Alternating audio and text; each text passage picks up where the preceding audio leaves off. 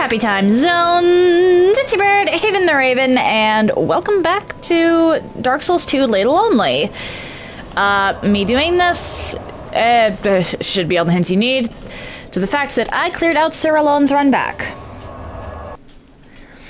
I essentially have 4 streams to beat Sir Alone. I do not believe you, Fen. You were outside. I just brought you back in.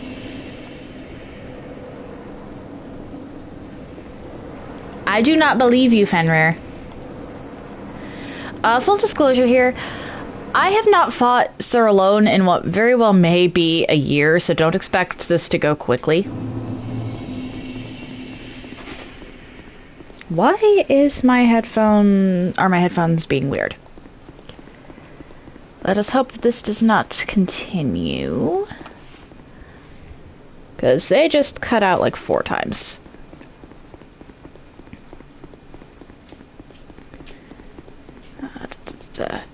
Fen, don't you dare.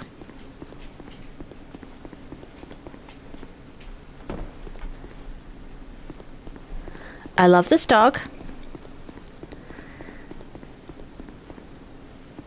But he and I have very different ideas of what constitutes propriety.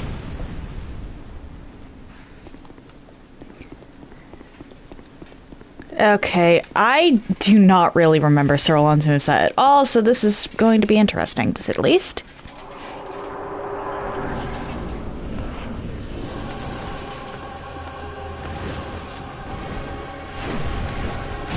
What? I hit... Well...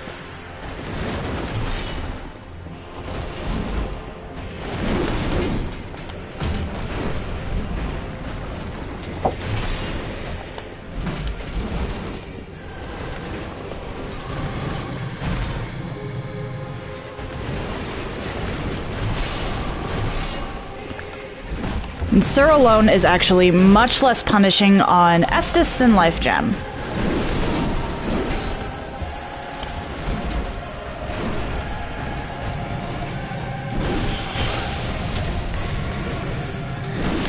Okay.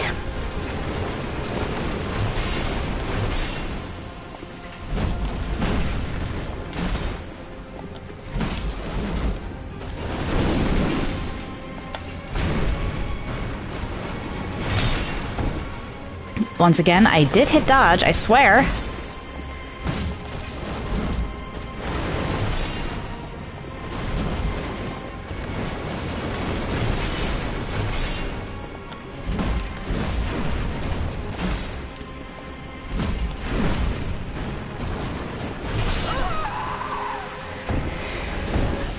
I got screwed over by input delay, but that looks doable. That is actually very doable, okay. I remembered liking his moveset, I just didn't want to deal with his run back.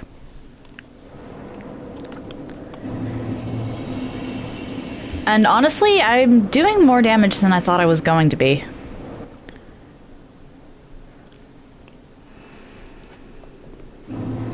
I legitimately thought that I was going to be doing much less damage. So this is actually looking doable.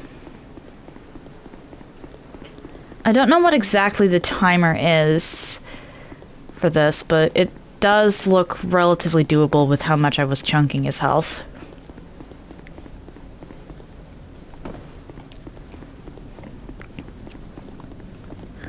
Provided I don't spend like 5 minutes dodging or whatnot.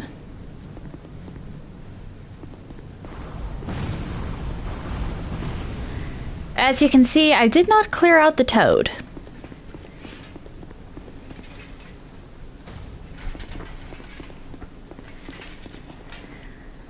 Alright. Hello, good sir.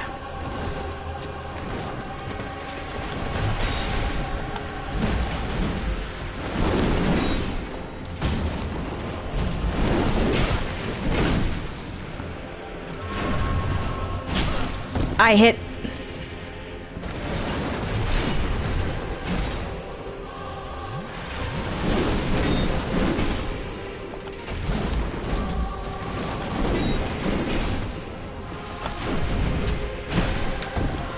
Yep.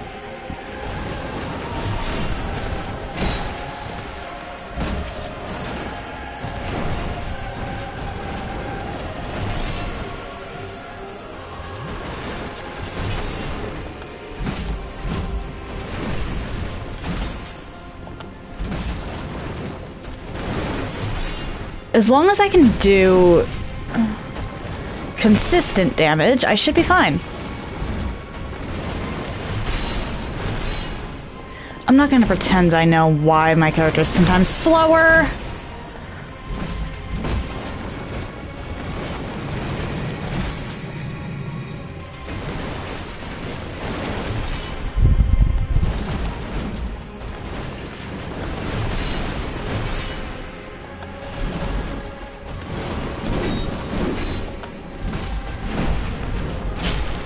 Ah, I got greedy.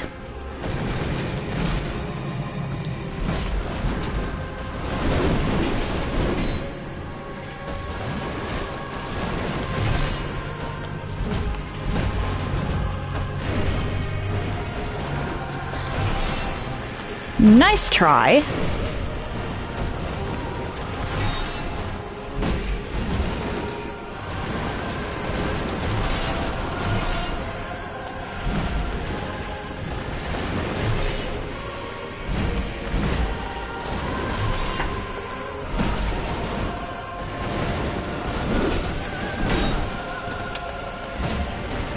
Yep.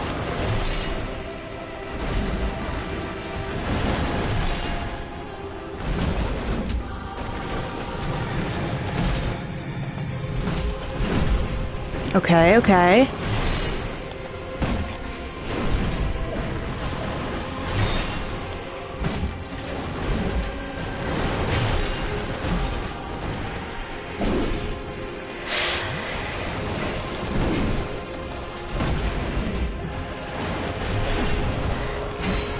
Why am I having an easier time with this than I was with Fume Knight?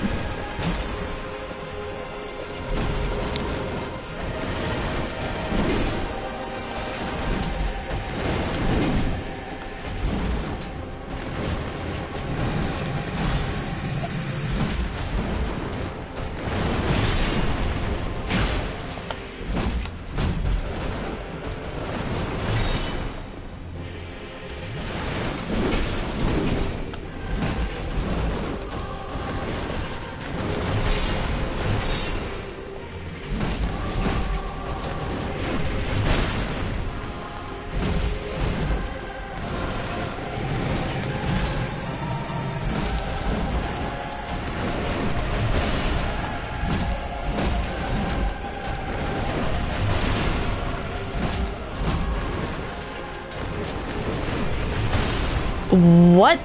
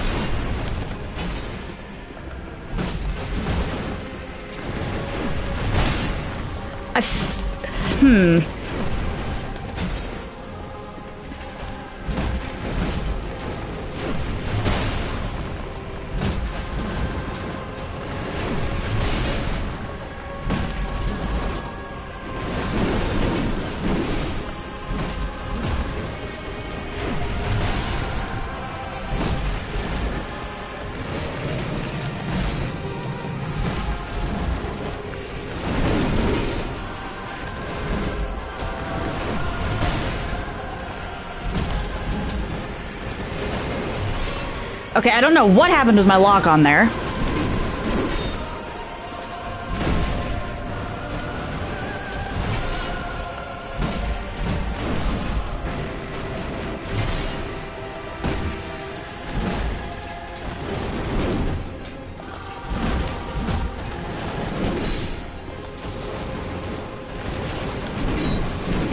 Again, I don't know why my character wasn't hitting. What was that, second try? Okay, maybe I powered up a little too much. I didn't get the seppuku, but I wasn't expecting to get the seppuku anyway. Or seppuku. Or seppuku? My brain is not working properly today, pardon.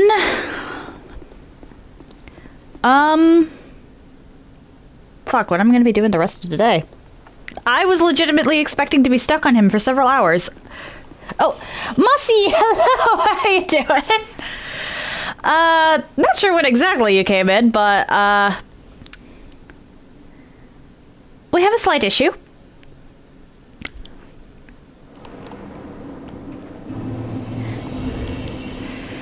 Let's see here.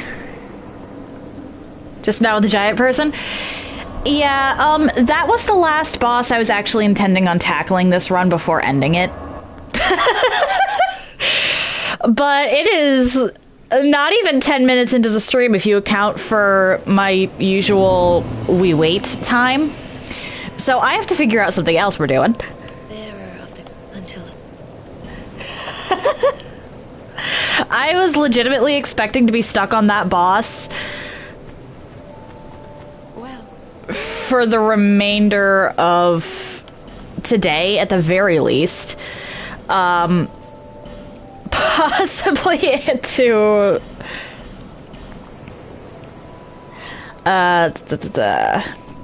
Visit me again. Next week, honestly.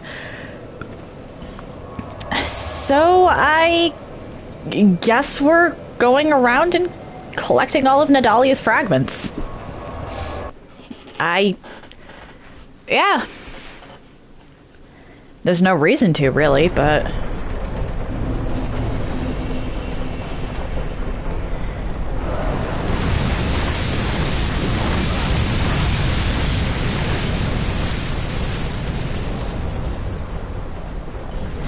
Whoever put that message there was mean. Oh, why are you dreading Hollow Knight?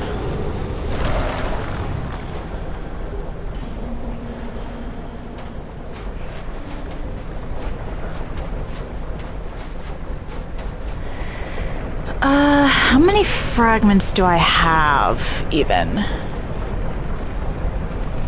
8. And I have 4 smelter wedges, which I think is actually the last of them. Which Hornet fight? That might be a spoiler, but which Hornet fight?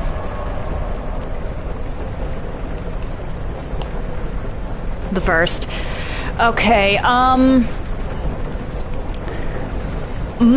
my suggestion with Hornet is to pogo her.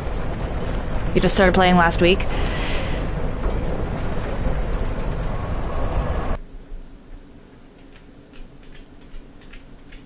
Yes, pogo. I don't know if you've gotten to a point where you really need to do this yet, but you can down slash.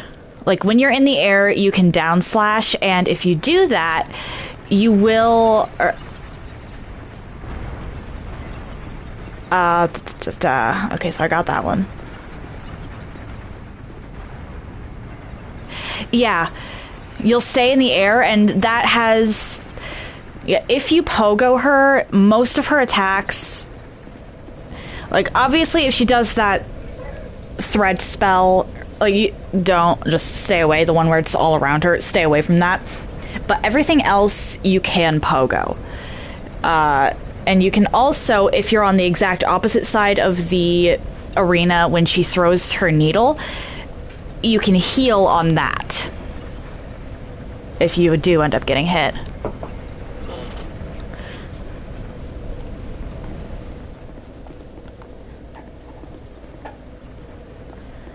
So, hang on. That means I might have missed one, like, at the beginning here.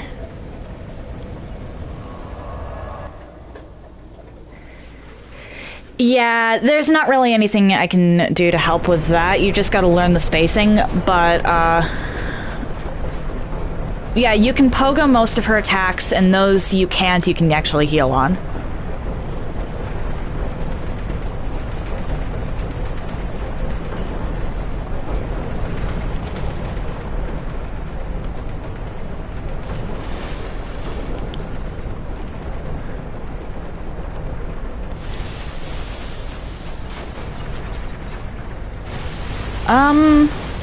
Tell you what, since we're gonna be ending this run today, tomorrow I'll do I'll just run through Hollow Knight real quick. I'm not gonna quite count it as a speed run because I haven't had the time to look into that kind of stuff. I haven't looked into too many skips for that yet. But I can do miscellaneous Hollow Knight stuff tomorrow if you think that'll help you. Just seeing someone else do it.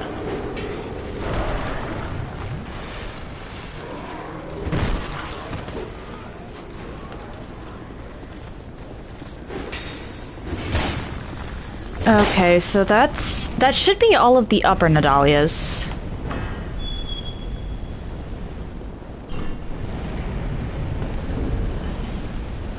Where else am I missing a Nadalia? I know I got the 4 by Fume Knight. I made sure I got the 4 by Fume Knight.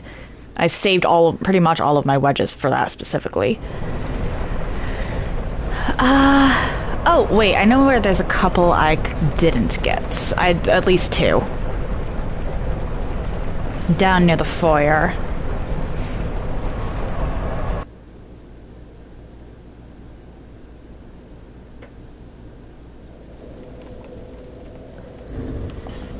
Do I have a seed of a giant tree?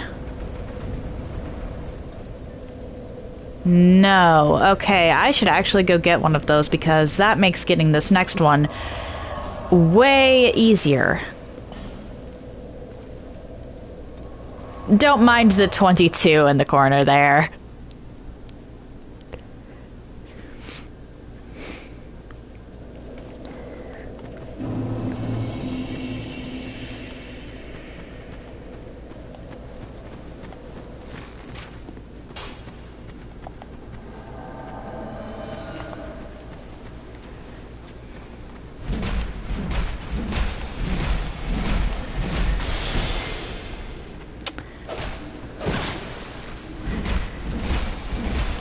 Well, this poor guy's getting bullied.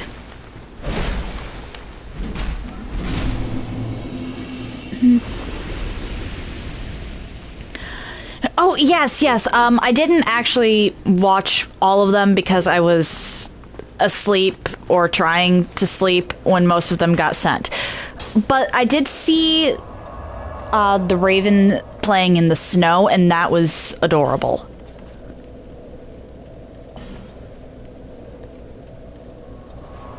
Like, Precious doesn't even begin to describe how adorable that was. Thank you for having Karato sent that.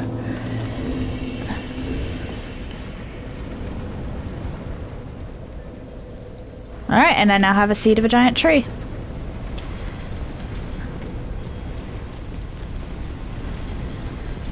Normally, I wouldn't actually bother with the seeds, but this over here specifically...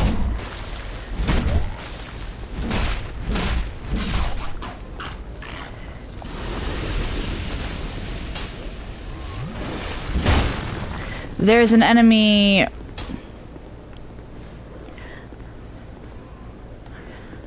up ahead, or well, enemy invader up ahead that won't attack you until you go downstairs.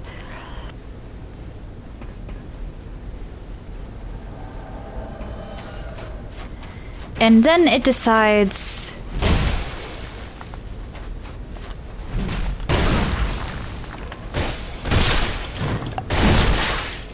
Okay, it's this guy, and he will attack you, but more as a means of getting you out of the way. He tries to actually...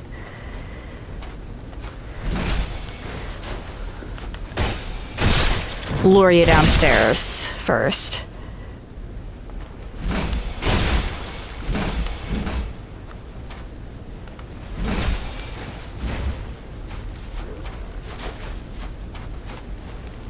Okay, cool, you're doing that?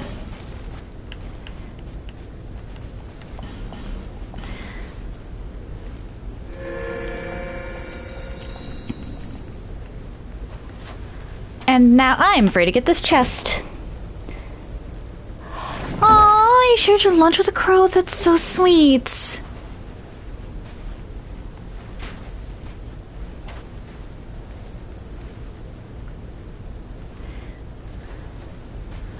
Come on, Seed of a Giant Tree should still work on NPC invaders. Why is this Maldron guy not dead yet?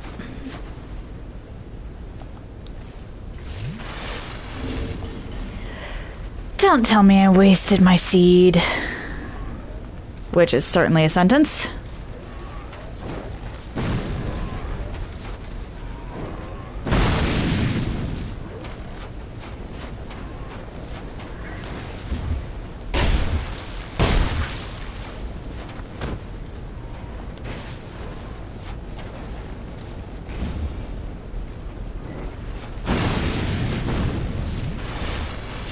There we go. Ooh, nice. What kind of crystals?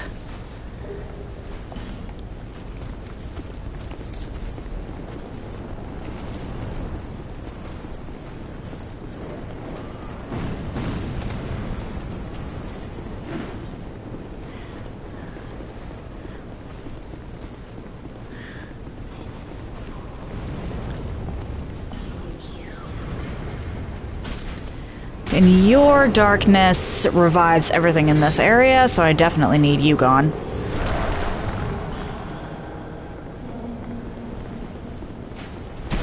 Oh dear. Oh dear, oh dear, oh dear.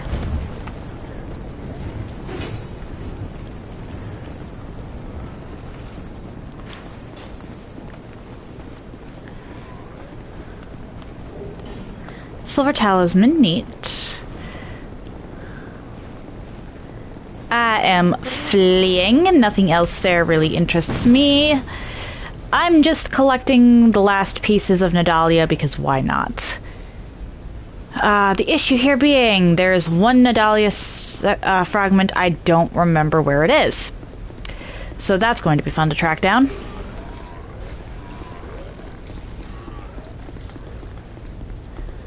Because I know that there's another 2 that I can access quickly from the foyer. And then I have no idea.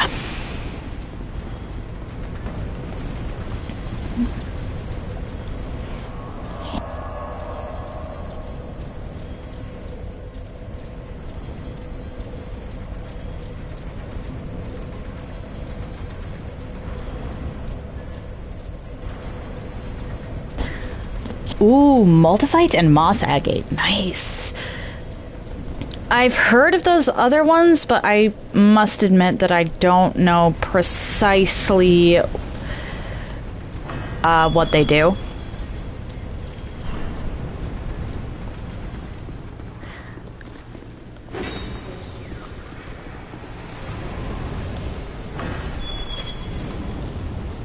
Well, I'm about to die. But that went smoother than expected. I myself actually have a couple really nice pieces of Moss Agate.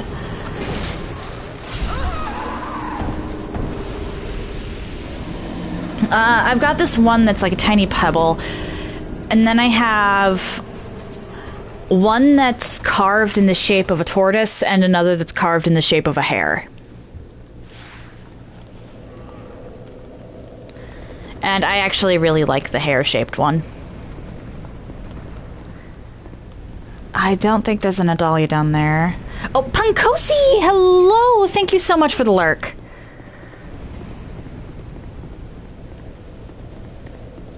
I'd ask how you've been, or I'd ask how you've been, but you are lurking. Seems rude.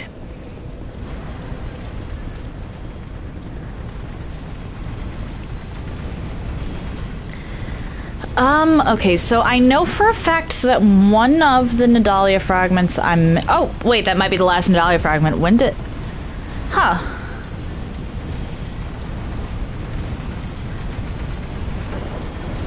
Okay, so we're heading to the last Nadalia fragment.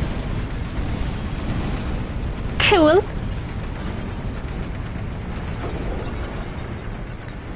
I need to get to you.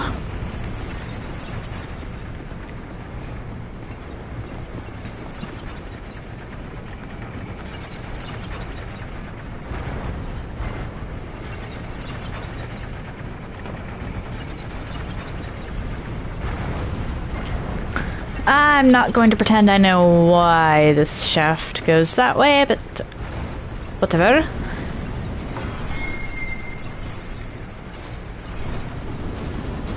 You. Really?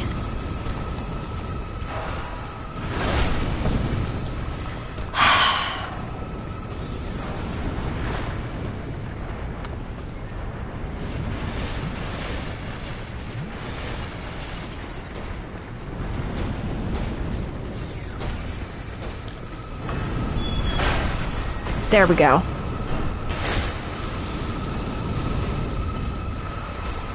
And iframes, bitch.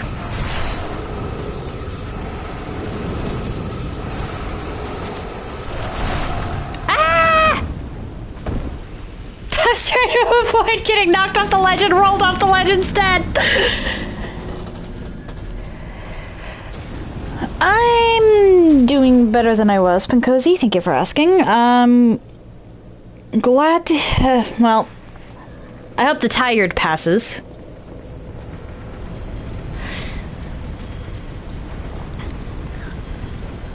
Yeah, carved stones, especially in the shapes of animals, are really cute.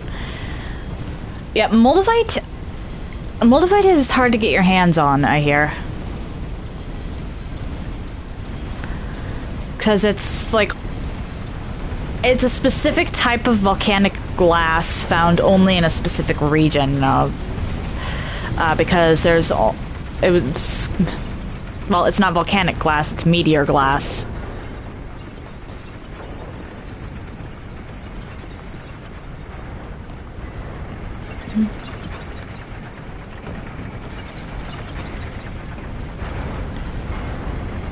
So yeah, definitely good on you for finding some.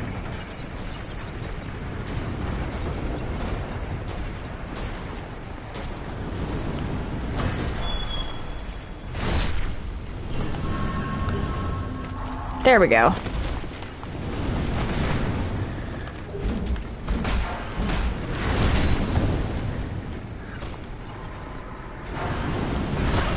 Ow.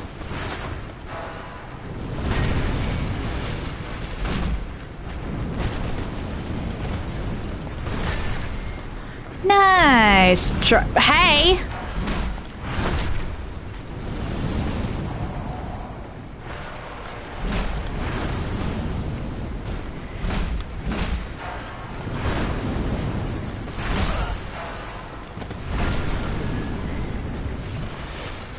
Can you get out of the corner, please?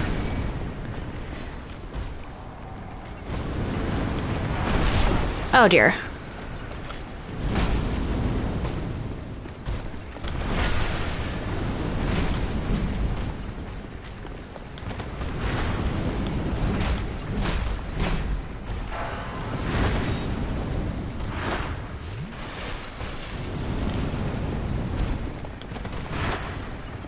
You know, I just noticed that this guy doesn't have a head. Why do you have no head? What happens to it?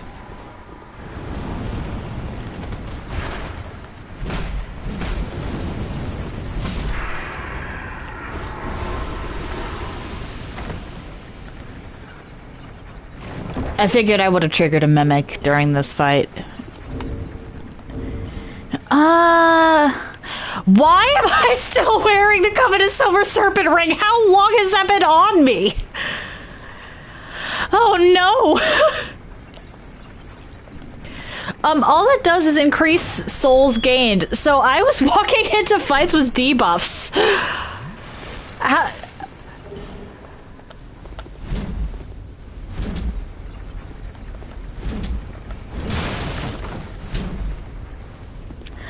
Oh no!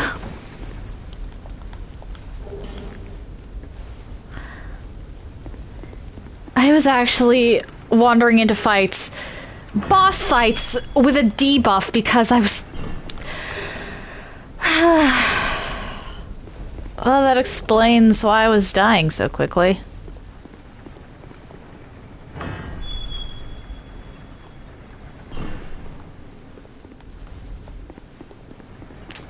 I know this is a challenge run, but I wasn't intending for that.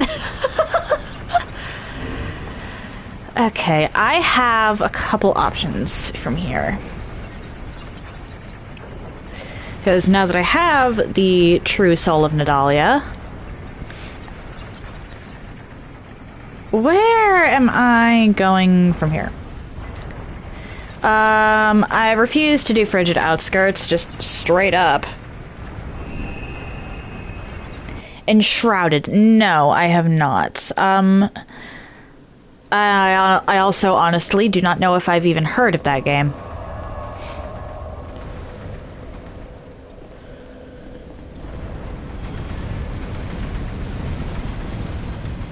We're gonna wait for that to come back up.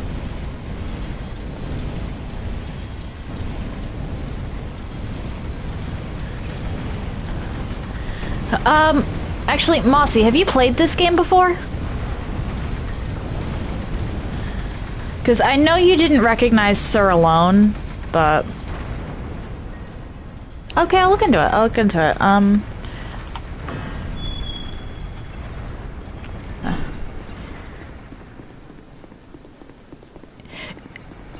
Yeah, I kind of answered my own question there.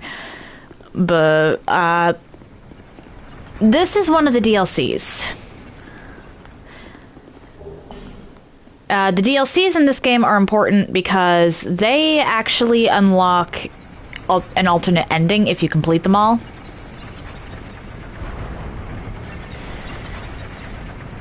And, well, they prevent you from dealing with the game's HP reduction mechanic if you beat them all and then wear one of the crowns. Which is what... wearing the pretty tiaras is actually practical in this game. Provided you've completed the incredibly difficult DLCs, of course.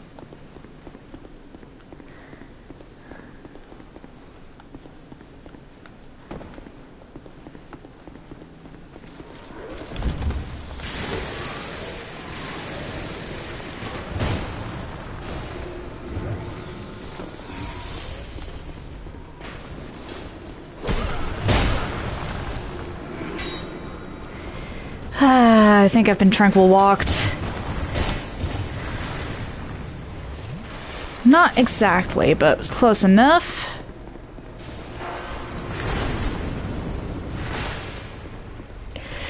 Yes, the tiaras actually have a few different things they do. Or, well, crowns, not tiaras.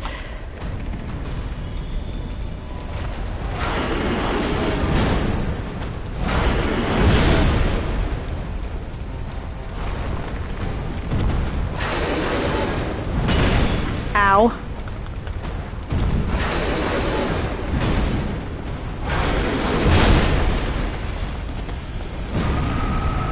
Well, the one I'm wearing actually gives a tiny bit of health regeneration.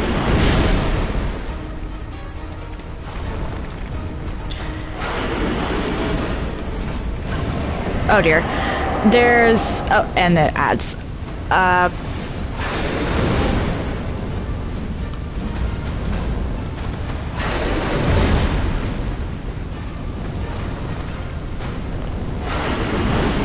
Are you still here, Mossy? I can never tell who does and doesn't get the ads when I get the ad notification.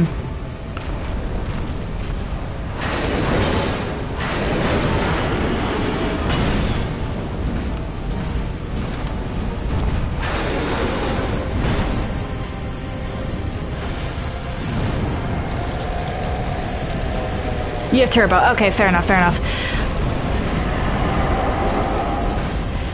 I forget what that does sometimes, too. Ah, you.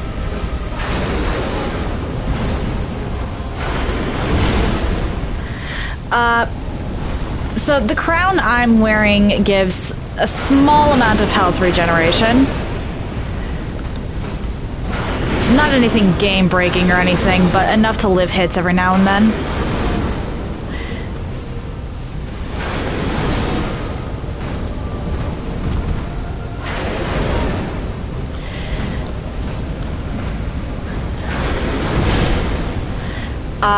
There's also a crown that slowly regenerates your spell casts, which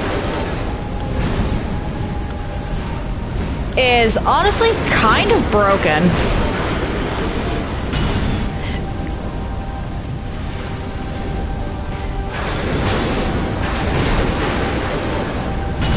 And a third crown that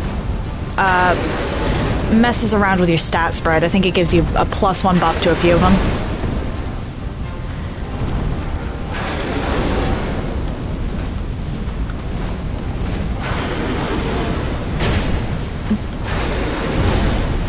There's also a fourth crown, but I forget what that one does.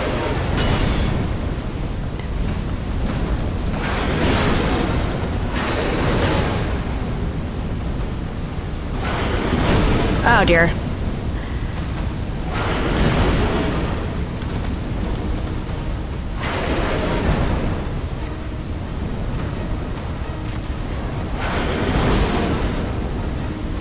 Let me just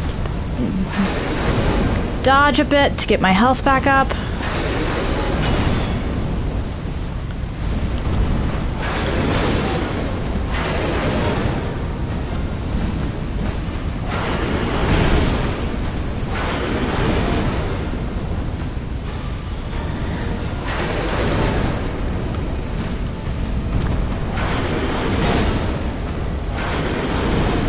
Yeah, you can back right off with that.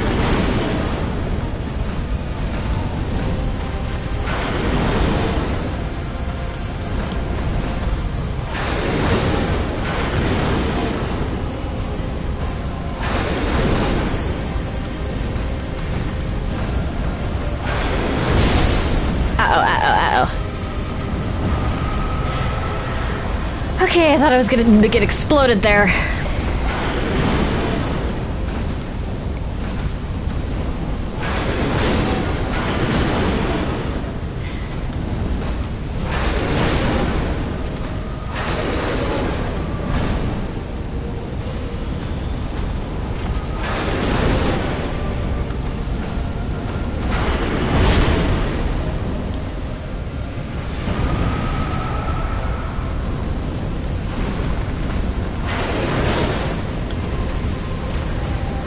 Oh dear.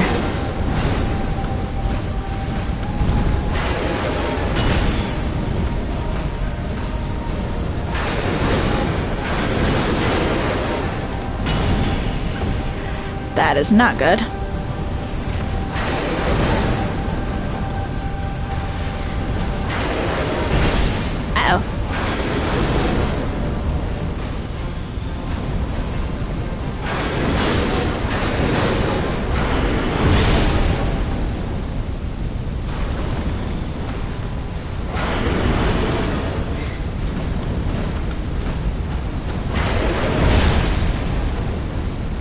Uh-oh.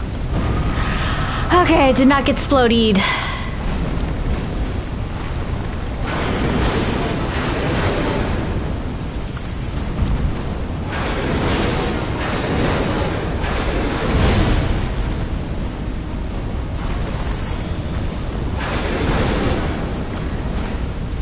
Technically speaking. Well, actually, no, not technically speaking. I think...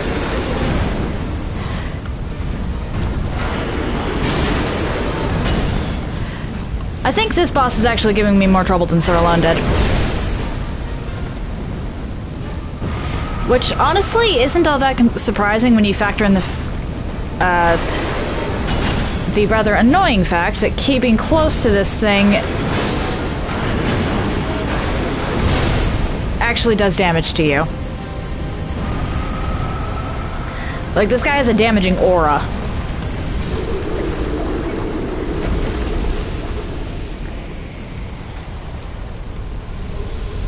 Anyway...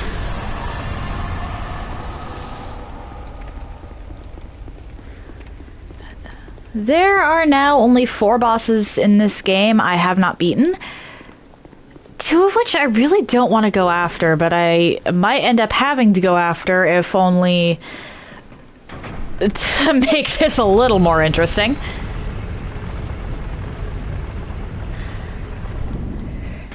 I have remaining.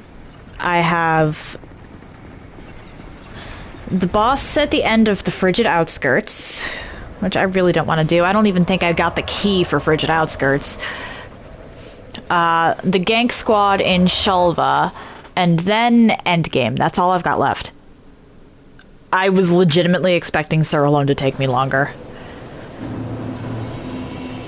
I was expecting Sir Alone to take me at least all of today. Like, why? Why were you... Why is it that every single time I farm a boss's run back, I wind up getting them, like, the next attempt, maybe two? Like, I'm farming the run back specifically because I don't think I can do it normally.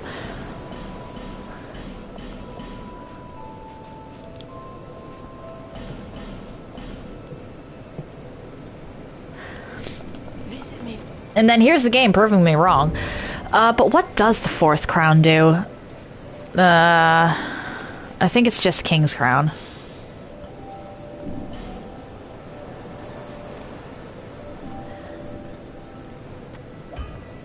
Yeah, I don't think this one even actually has a secondary effect. I think it just has the highest defensive stats.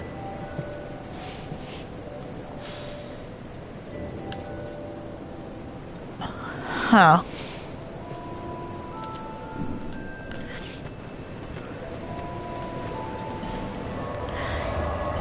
Okay. I'll check.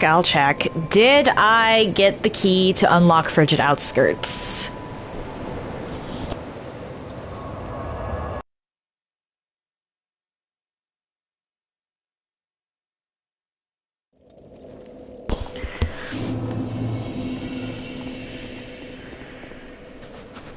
Believe it's past this way.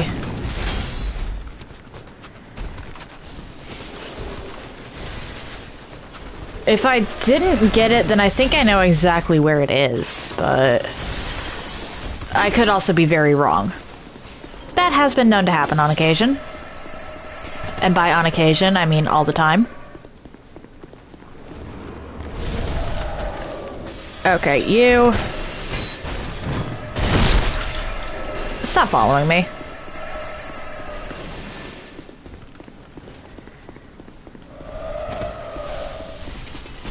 Did I get this? Locked. No, I did not get this. Okay, so there's not a ton of spots that well, actually, they could technically be anywhere in Alea Mois.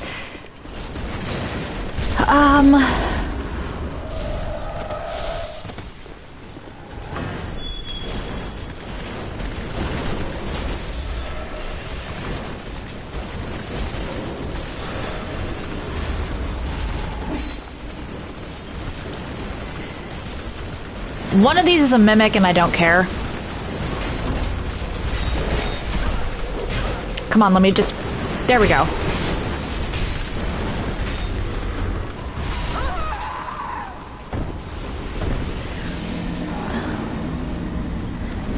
So, it could be in this room. It could be down along the path to that one night. Which actually... Yeah, I'll clear out this room and then I'll check that. I still legitimately don't know if I'm going to do... Frigid Outskirts, like legitimately do Frigid Outskirts.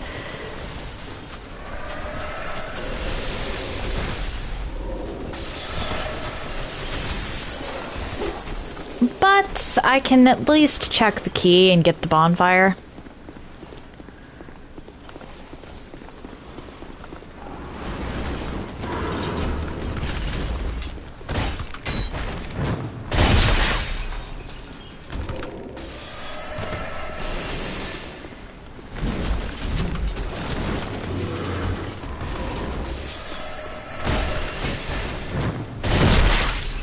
Frigid Outskirts, for anybody who hasn't played this game before, are just straight up annoying.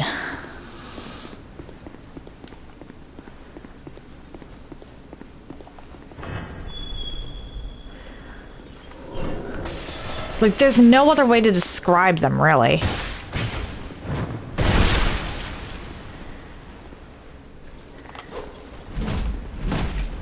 Well, aside from maybe literally, but hi, where did you come from, actually? Where were you napping?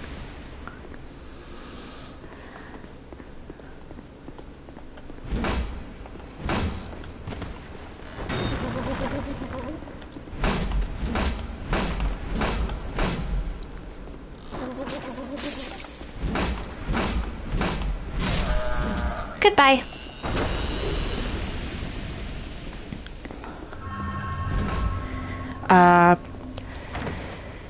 They're this wide open plain of pure ice and well, this wide open icy plain, and every now and then, and it's a constant snowstorm.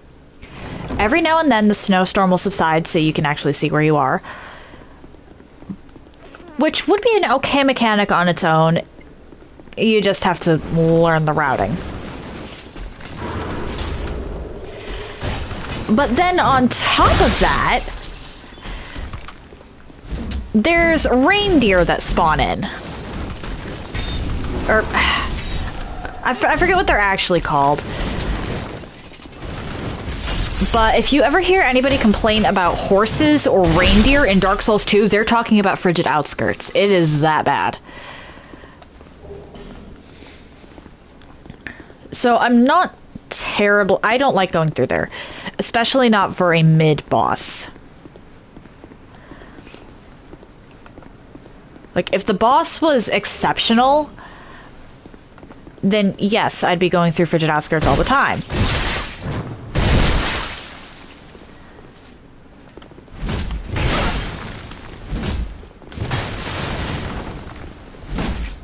Well, maybe not all the time. I really liked Sir alone, but his run back is bad, and Frigid Outskirts is actually worse.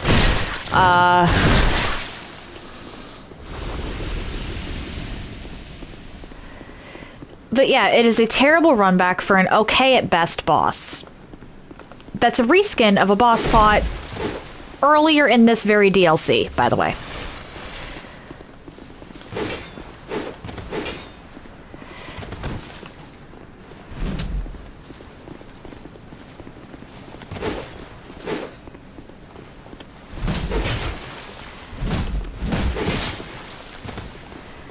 Oh dear.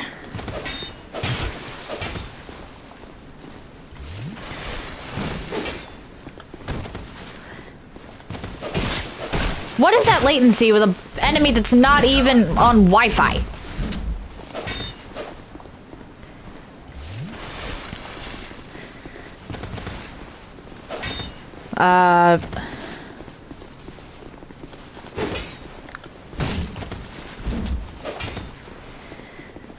Honestly, the boss I have left in Sanctum City, Shulva, is pretty similar in that it has a terrible run back for a passable boss.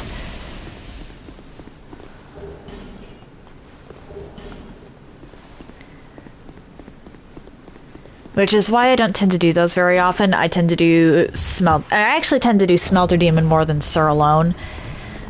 Simply because I find that run back more bearable. Or Blue Smelter Demon, I mean.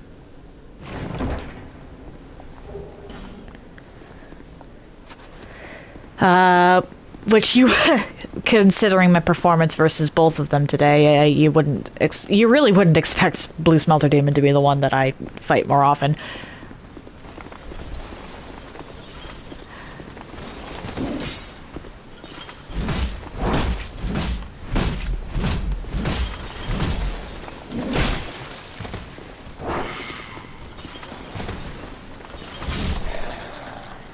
Okay, I think at best I've passed it. At worst, I'm looking in a very, very wrong area.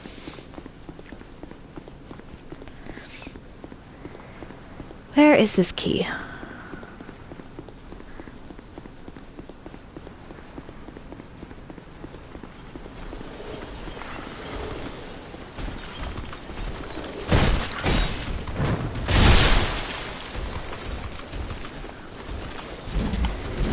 The key has to be somewhere in this DLC. They wouldn't throw it in another one because there's no guarantee that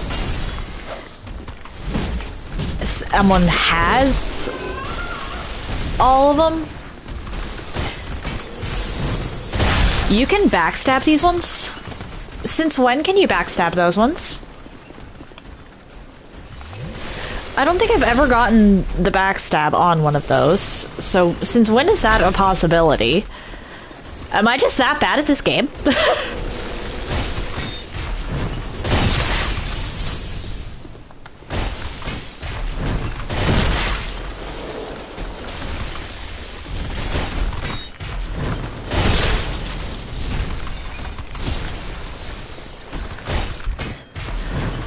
What is this loop?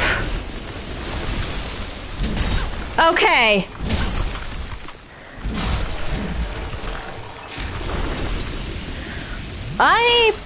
I was more just self-narrating, but I was also talking about why why people don't like the Frigid Outskirts. The Frigid Outskirts, you access it from over there. And it's this wide open, icy plain that has a constant snowstorm going over it. Periodically, the snowstorm, not sandstorm, subsides, and you will just be able to see everything. Which is honestly a really neat mechanic. The problem is, on top of that, they added really strong... I don't remember what they're actually called, but everybody refers to them as either reindeer or horses. And they are incredibly strong. And they spawn kind of randomly throughout the Frigid Outskirts.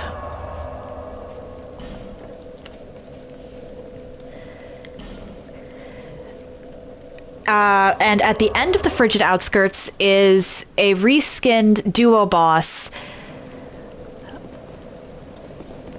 And both of them are reskins of a boss you fought earlier in this same DLC. So that run back... And there's no checkpoints. You have to do the entire Frigid Outskirts every single time. So that run back, combined with the fact that it's not really that great a boss, makes people absolutely despise the Frigid Outskirts. People would be a lot more forgiving if it was a really good boss. And I know that because people love Sur Alone.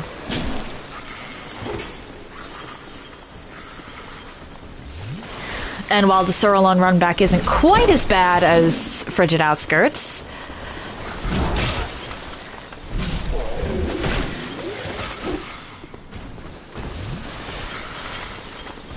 it's also not terrible. It's also not that much better.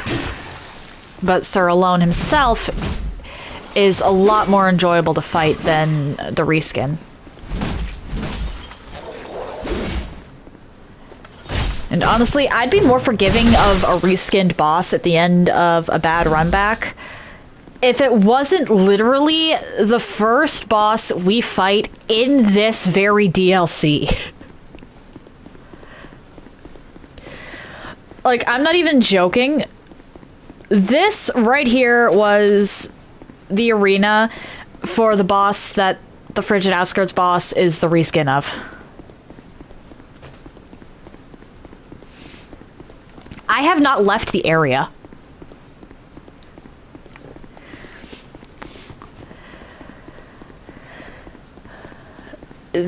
So, yeah, people just really do not like the frigid Oscars for that reason. And I know that I'm more forgiving of reskins when you give me some time in between them. Because I actually don't mind Blue Smelter Demon. Now, granted, you can tackle Blue Smelter Demon and, well...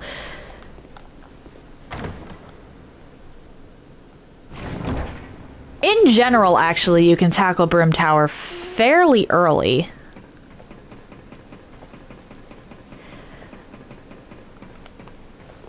Fairly soon after fighting the regular Smelter Demon, even. Because there's really only... actually, you can technically tackle Brim Tower immediately after killing the boss after Smelter Demon. Provided you know what to look for.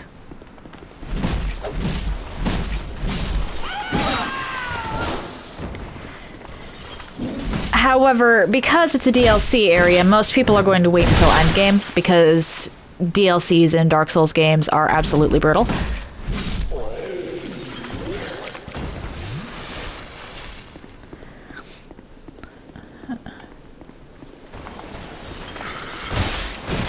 I tend to head into Brim Tower relatively early because I play a mage build, and the crown in Brim Tower is absolutely busted for mages.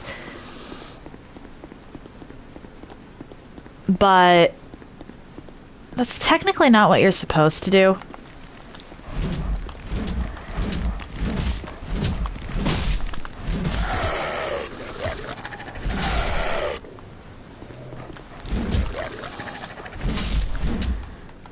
No, I don't care that I just tanked a few hits. But because I tend to wait at least a little while before heading into the DLC areas, I'm more forgiving of the fact that Blue Smelter Demon is, in fact, a regular Smelter Demon reskin.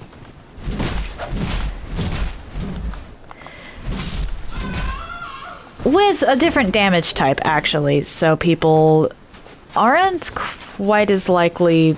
You can't just steamroll it the same way you did the first one. If you go into that with the same setup as far as defenses go, you're setting yourself up for failure. That despite appearances, Blue Smelter Demon does not actually do fire damage, which is kind of a neat way to do a reskin, actually.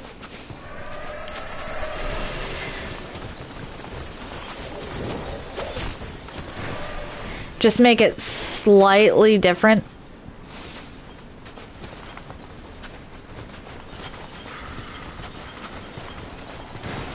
Come on.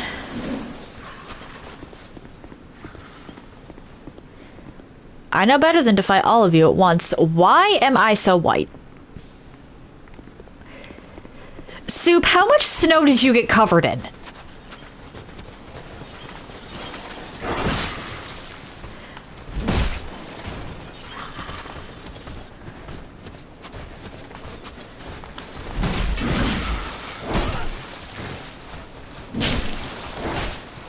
Went from being a redhead to being blonde.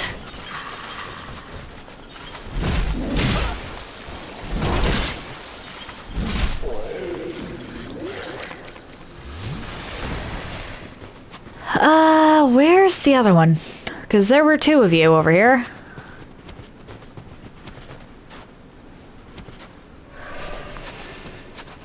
Hey, you.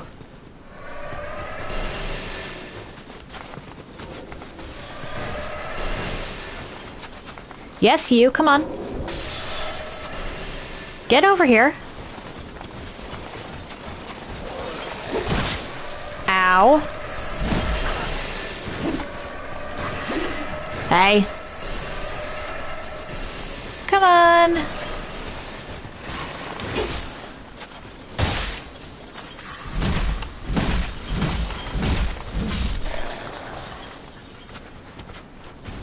Am I being chased? It sounded like I was being chased. I was, and then it backed off. Okay.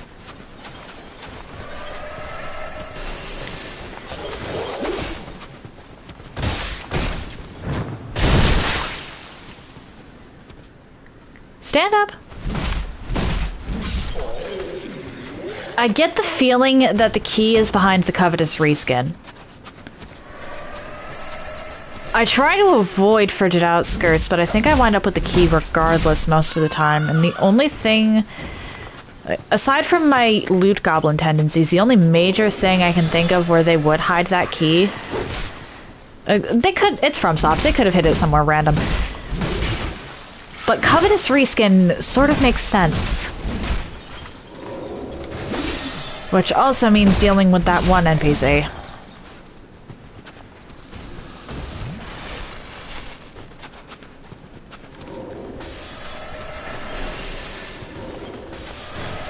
So I'm hoping that's not the case, because I do not have the patience for that right now. Or, well, I guess I do have the patience for that right now. Oh dear. Considering all I have left is endgame, if I don't do this.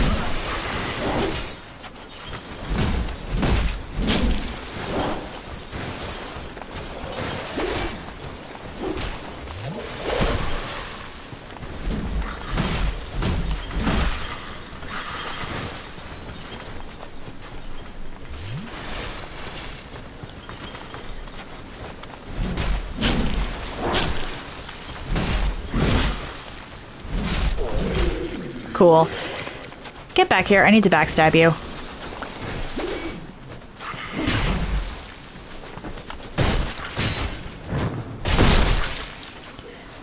And then... Munchy Munchy. ×2. I should get rid of you down here. There's stuff on the roof, but I think that's just cling rings.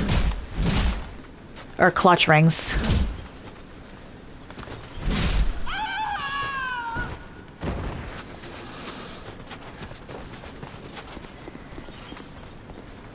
I'm fairly certain that it's just clutch rings that they're on the roof. Oh dear.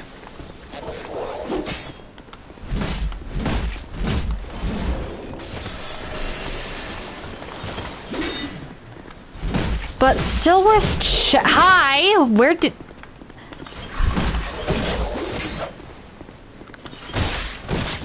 Where did you come from, ma'am?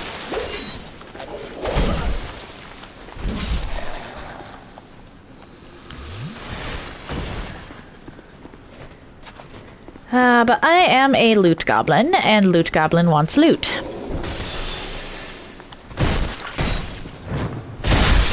And yes, loot goblin and not loot dragon. A loot dragon would go after the loot no matter what. I have my limits.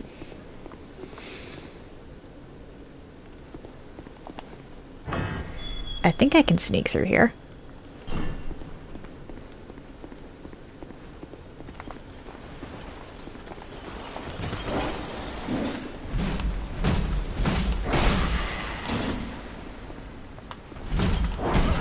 Oh dear.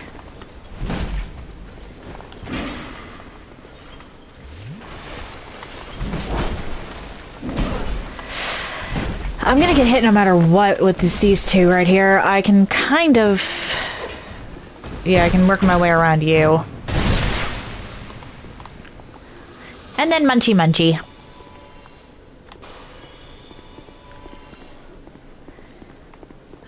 You.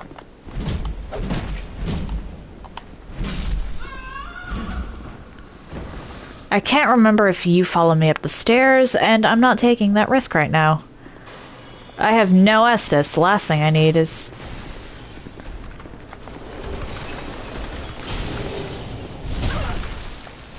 something swiping at me from behind.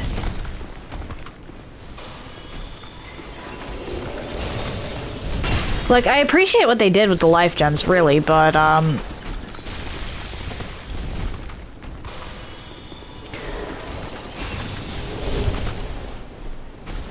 Estes are actually more convenient. Partially because I don't have to spend souls on them.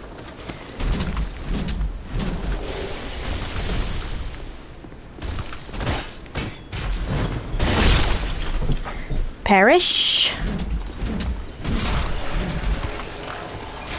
And I don't believe any of these are mimics. Yeah, no.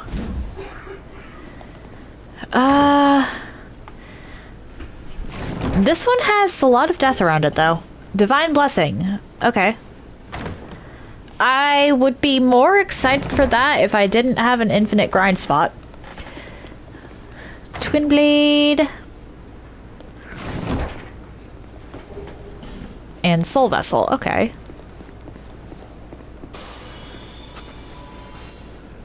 And then down here...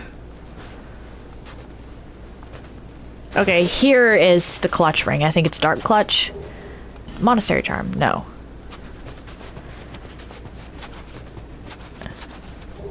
Okay, I knew it was on this ledge. I just got the exact body wrong.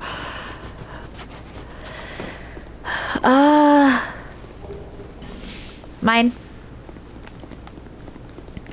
Alright, back to Majula to buy more life gems. Because what else am I going to spend my souls on at this point? I think I've actually run Chloanne out of things she can sell me. And then back to looking for this key.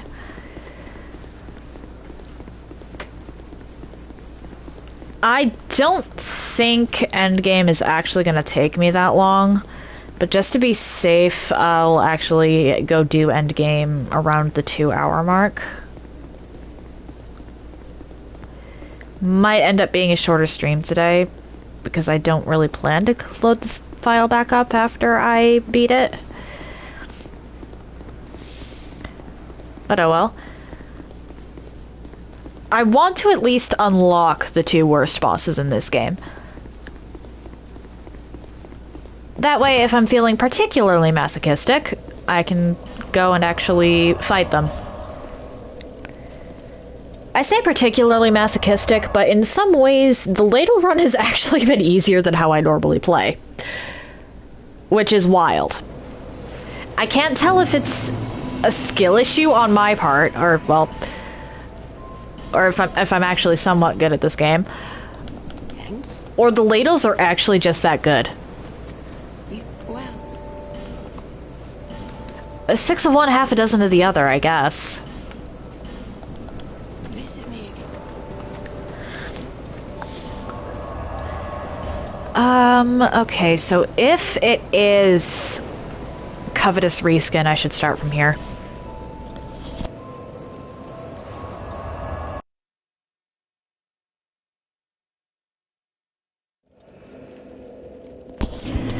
Covetous Reskin is annoying, not because of the damn thing itself, but because of its guard.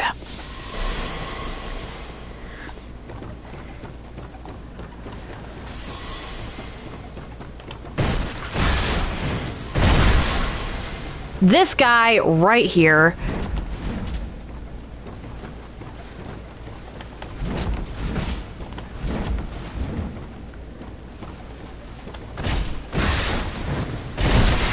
If you let him escape... Get back here.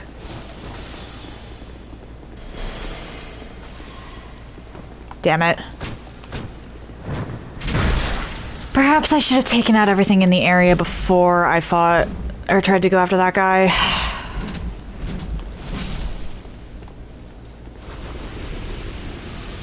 Because he just goes down there.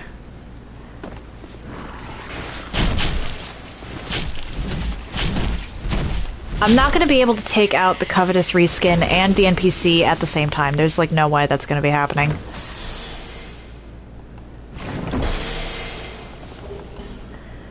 So what can I do to make my life easier on that front? The obvious solution is to just...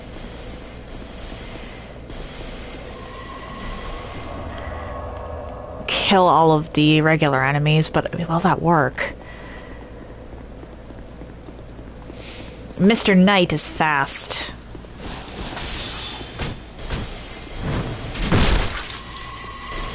Like, really fast.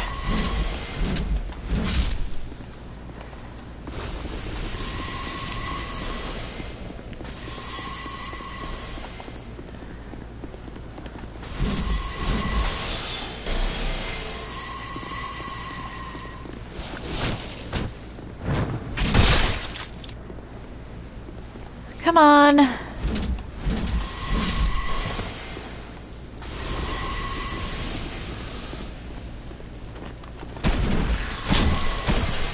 Are you joking? Stupid ice cupine.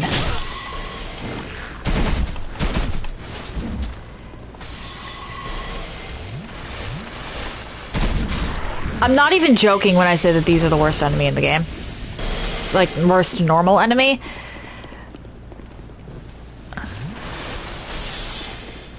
Sure, the reindeer are tanky and do a lot of damage. But that damn ice cupine. I'm just gonna have to sit around. You're not gonna come down, are you? Unfortunate.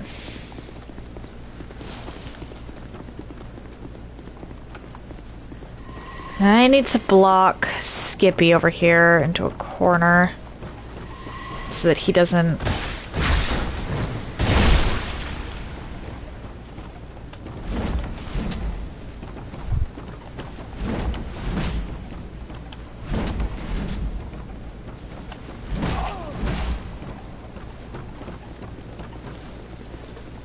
This is bad.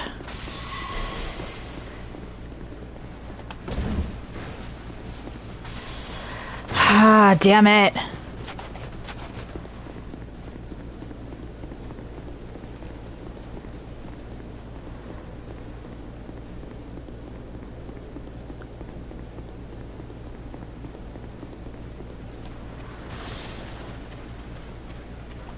Okay, fine, I'll grab this stuff. See if that...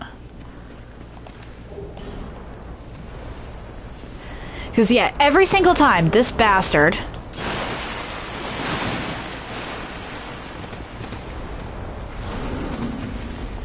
will run over to the Covetous Reskin.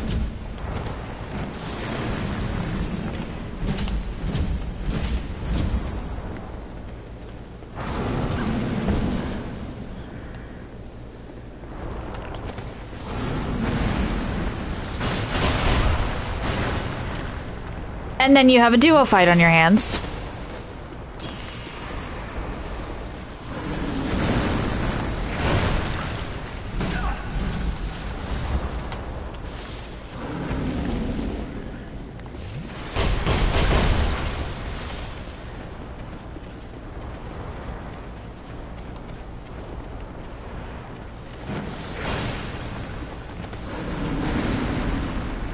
That you can't exactly help with.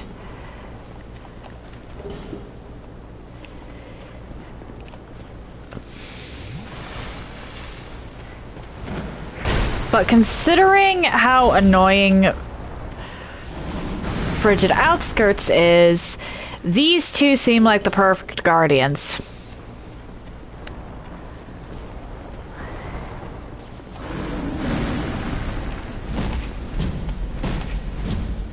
If I can just take out one permanently, the other's not going to be a problem.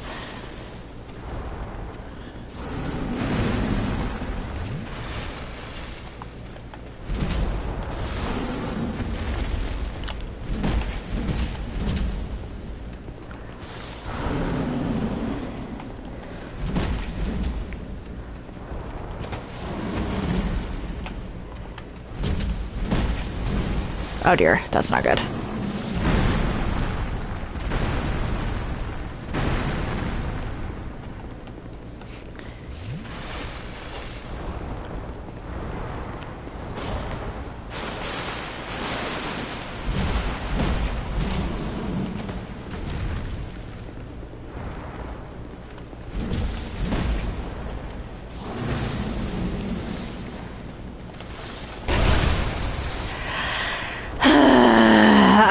absolutely hate these two. There's a reason I wanted to fight the little guy on his own.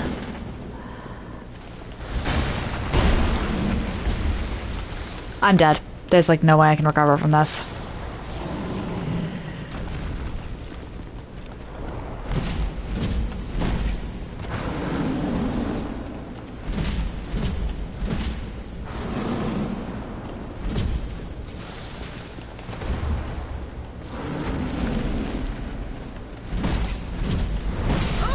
What? Ugh.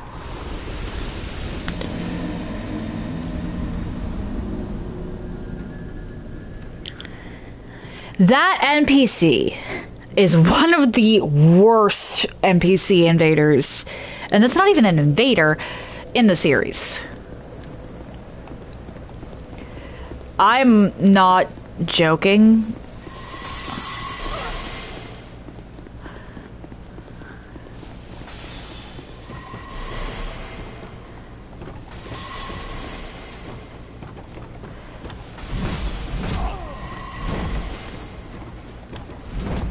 Like, if you can't kill him up here, you are in for one annoying duo fight.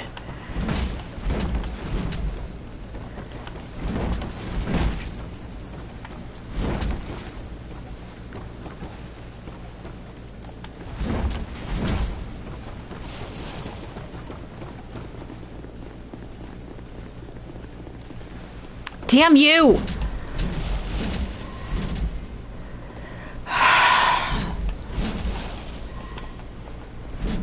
Like, these two, I fucking hate them.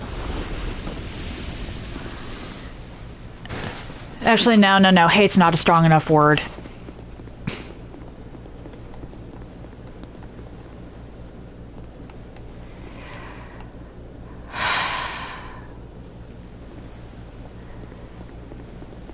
I wonder, is it possible to lure over the covetous reskin without luring over that guy? I feel like I've done it before.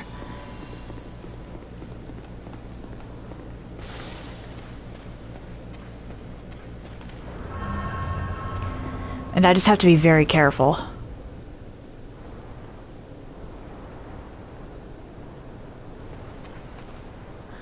Because the little guy actually has a decent aggro range at this point.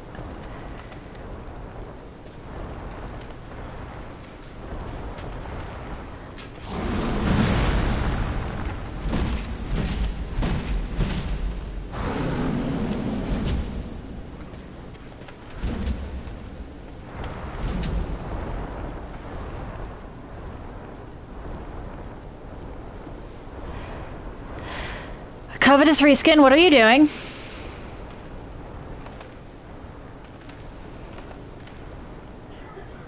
It said I'm going home. Why are you going home?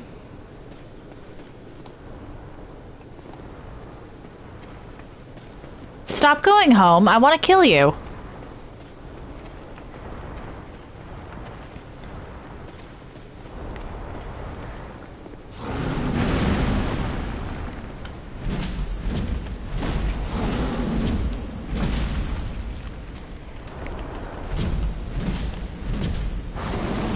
Ow.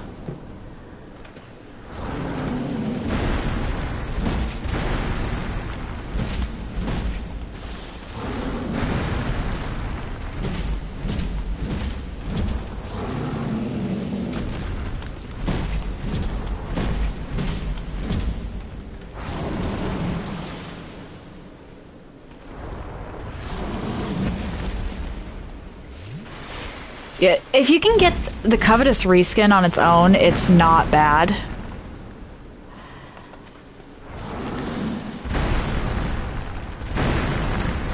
A little tanky.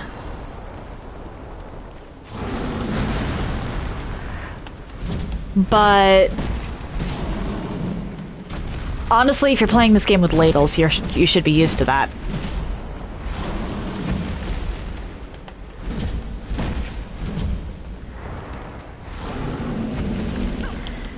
Actually, I think it might be a little tanky regardless, but...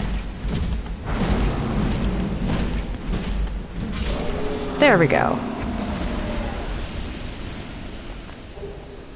Ivory warrior ring. I feel like I've wasted my time. Anyway. Hey! You tried to lead me to my death.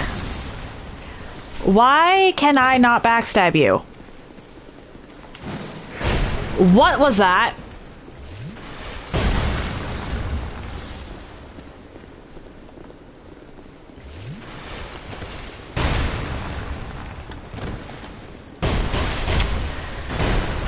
Okay, what is this guy?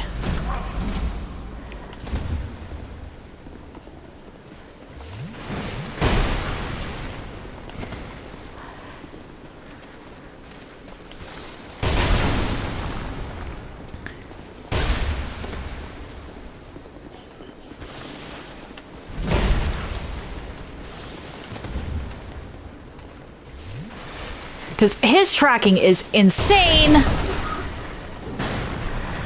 And I get the feeling that I've wasted my time and you're not actually the guardian, or you don't actually have the key I'm looking for.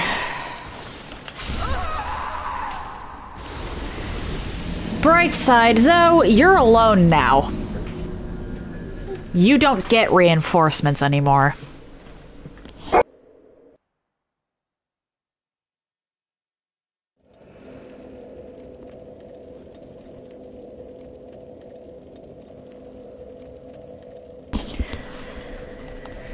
Alright, I no longer have to be cautious, really, about this, so I can just kind of rush him?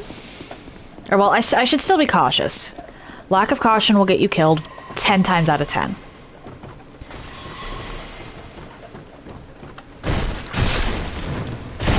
That said...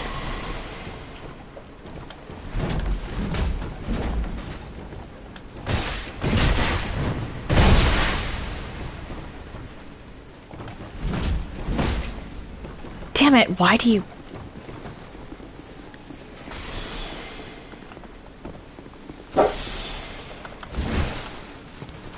What? Soup! Why did you do this? Fen, stop barking. It's just Mom. I love you, Fen, but it really is just Mom. Let her have her nap.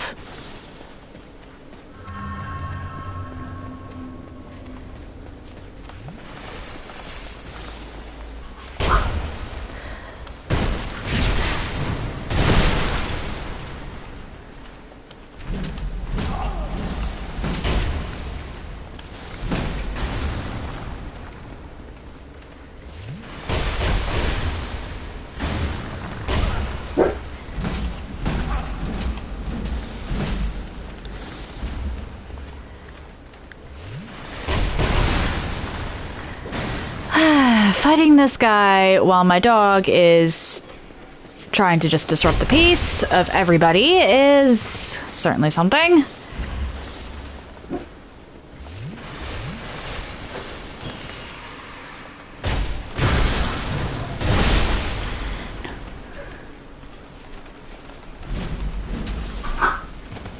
No, Fen. I know that you just want to go maul her. But guess what? When she's first waking up, she doesn't want to be jumped on.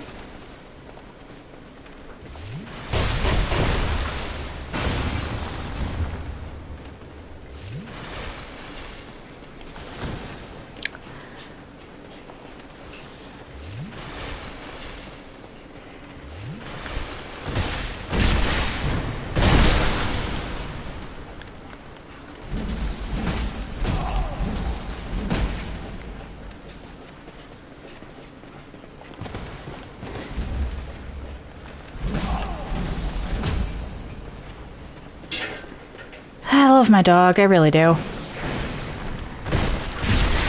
I might not act like it sometimes, but I do love him. However, Fen, sweet Fen, come here, come here. Let you in on a little secret. I know you. I know you don't actually have to go to the bathroom. I know you just want to... I know you just know that Mom is laying down and want to jump on her. She does not want to be jumped on when she's having a nap. Sit. Good boy. Now take this treat and shut up. So I was indeed wrong about those two, which is annoying. Where did I miss this key?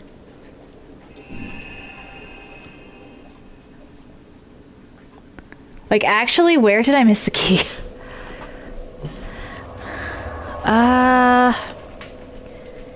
It could be one of the many chests that I just ran past here.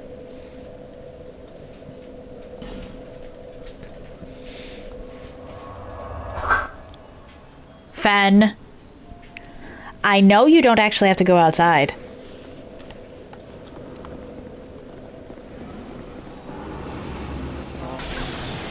Ow.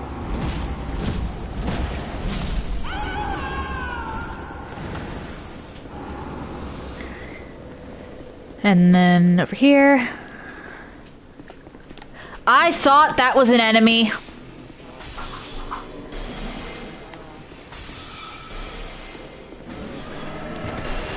Come on. Out here. I don't want one of you coming to life on me. I know exactly what happens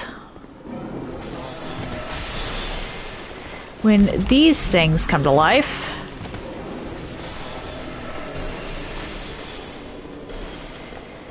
And I don't really want to deal with that.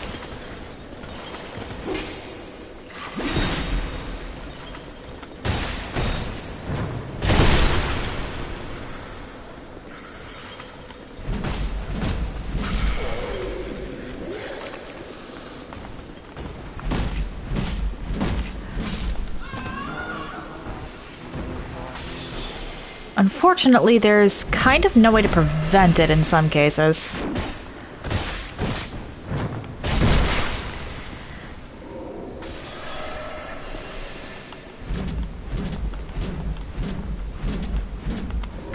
Like, I can prevent it down here, but further up I can't. So one of those golems is going to be coming to life, and I'm going to have to deal with it.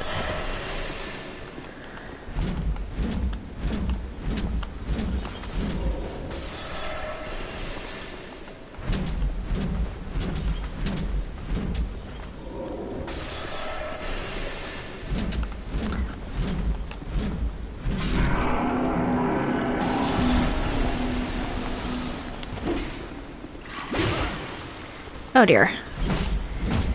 Can you stay still so I can backstab? Hi! Oh dear, that's not good. That is not good at all. I don't want you anywhere near me right now.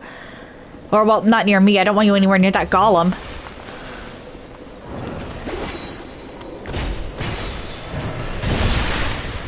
Thank you, iframes. I absolutely adore you, iframes. Ah! Can I get some hits in, please? Please? Oh dear.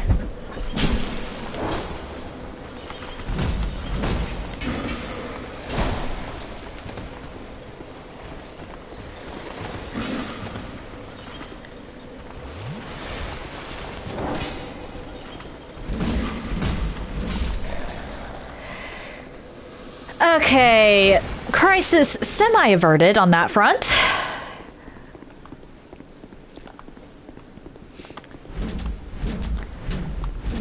And now I am relatively free to just whack away at you.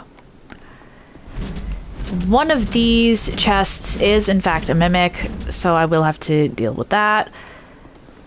But for now, at least...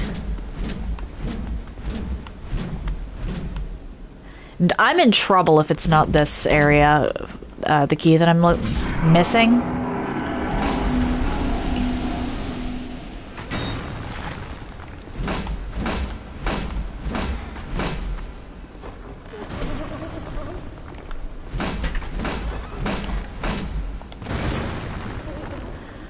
I don't know what that's about. Come over here. I haven't checked if that chest is a mimic. I don't think there's two mimics side by side, but I wouldn't put it past FromSoft either. And I don't remember, actually. I remember where every single one of the base game mimics is, I just don't remember the DLC mimics. Well, okay, let me rephrase that. I remember where every single one of the base game mimics on regular new game is. Symbol... Okay. Wait, is that the only thing that one dropped?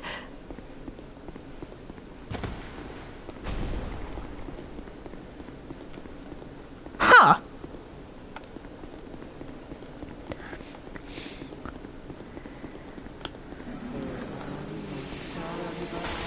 Follow me downstairs, please. I don't want to wake up any of those golems prematurely. I know I'm gonna have to deal with them. But I would rather have a little bit of wiggle room. Why did I just get chased by two?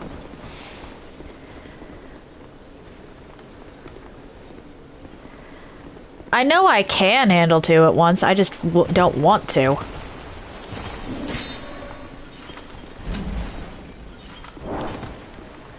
Come on. Not you!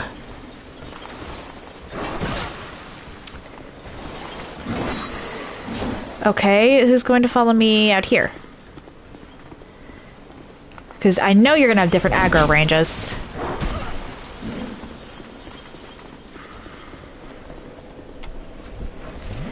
Or at least you should.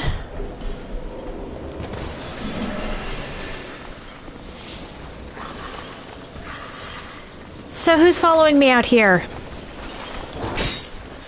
Good boy. Come on. Let's let your friend retreat.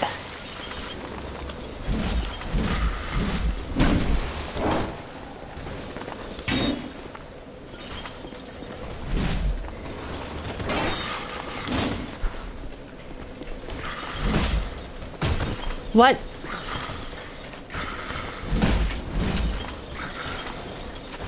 What was that? Soup?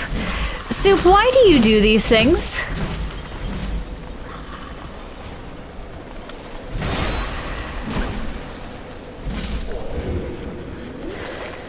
Okay. That... I don't know exactly what happened there, but okay.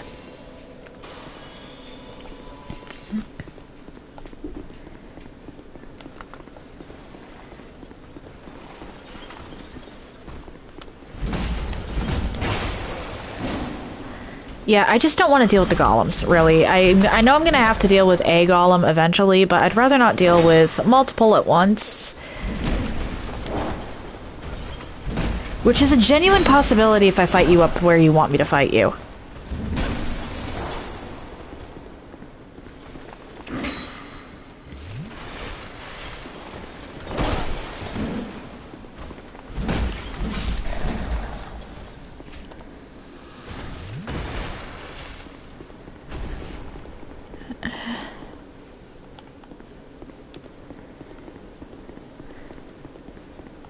Do-do-do.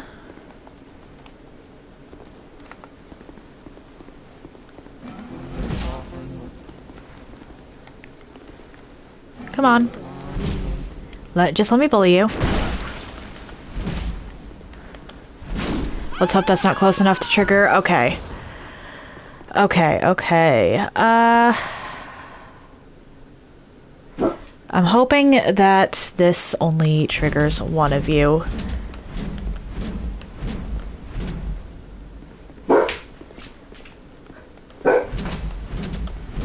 Fen. Sweetie. Let her have her nap.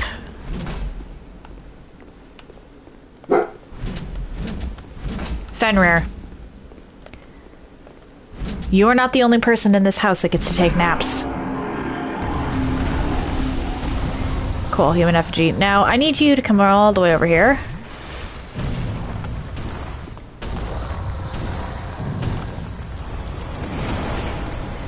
I need you to come down the stairs so I don't have to deal with... Oh, are you joking?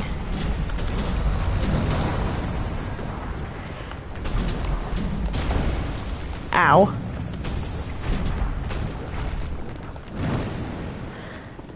Okay, so this is happening. I'm going to be actually kind of upset if it's not this chest. Not gonna lie. Because activating the golems is permanent.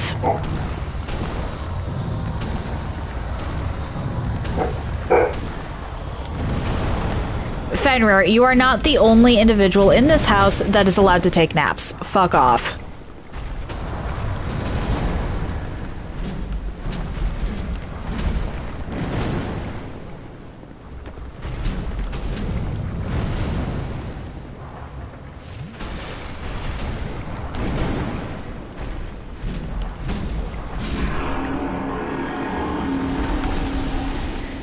Okay, please tell me that that was the front of the chest. Thank you. Curved no- Of course it wasn't the right one. Well, now I outright have to go and check along this path, otherwise I'm kind of screwed, actually.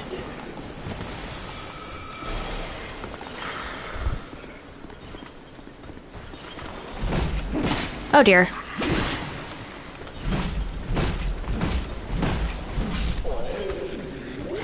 Like, I'm literally just trying to unlock this right now.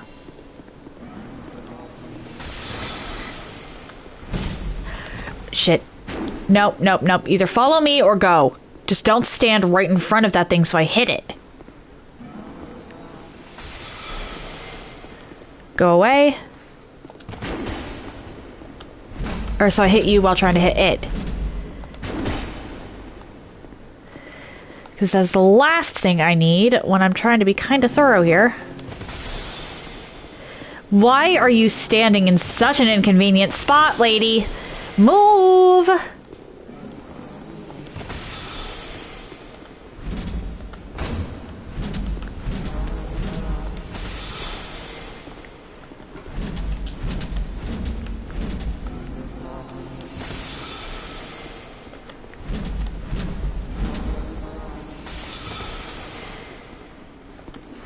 If it's not here... Oh boy, there's only one other spot that key really... well, there's a couple other spots the key could be, technically. But only one comes to mind.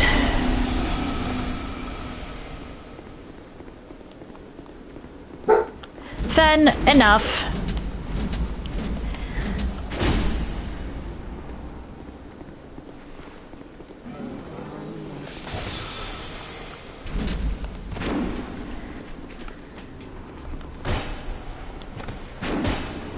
I just bent its knees! Crap! Lady! Whatever. Okay, now I do actually need to move around.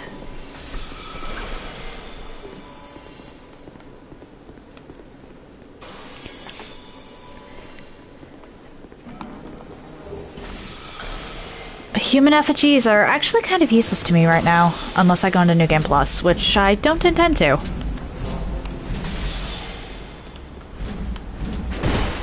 Ow. There we go. That was all I needed.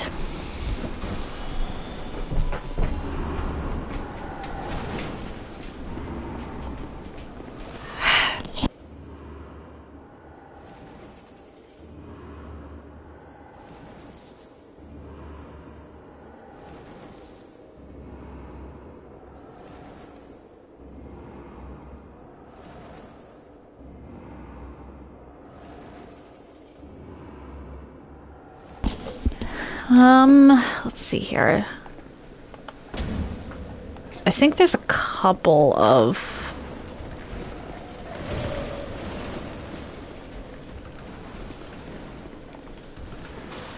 If you're not gonna follow me, then why bother? Why bother aggroing if you're not gonna follow me? Ah, crap.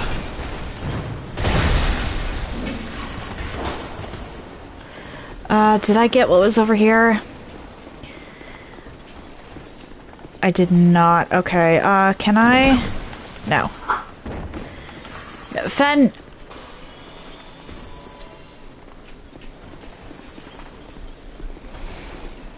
No. You don't actually have to go to the bathroom. You just want to go maul Mom. I'm not letting you do that. And I know that that's what you want to do because you keep hitting the button and then going to the gate to the front half of the house.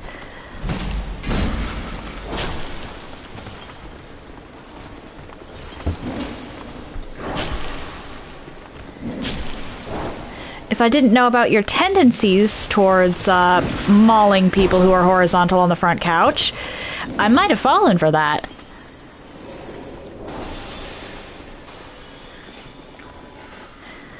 But you see someone who's horizontal and you like to jump on them. And I know because you do it every single time.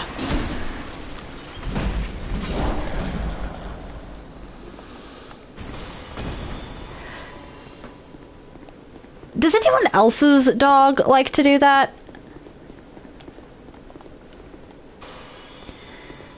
Alright, just in case I need to lure another down here, I should really take you out. I should probably put on a couple Divine Blessings too, just in case, because there's a very real chance I run out of life gems. I think I've only got the one chest to get there, but I could be wrong about that.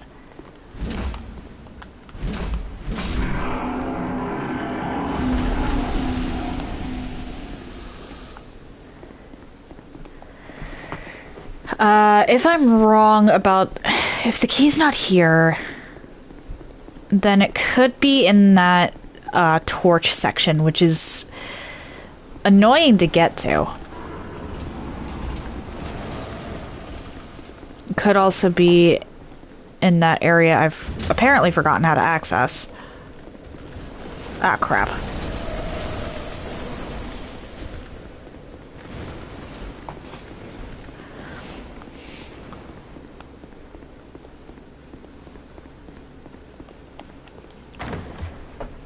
No, Fenrir. Fire clutch ring. Okay, so are all the clutch rings in Aleum Lois?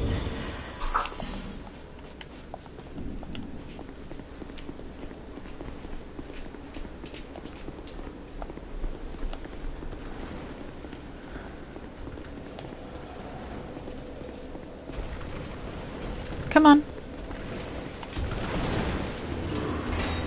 Just follow me out here.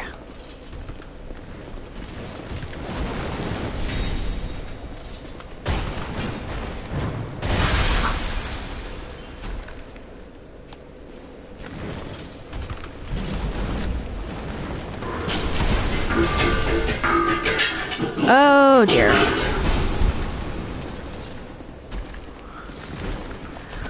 Life ring at risk is not something you want to see.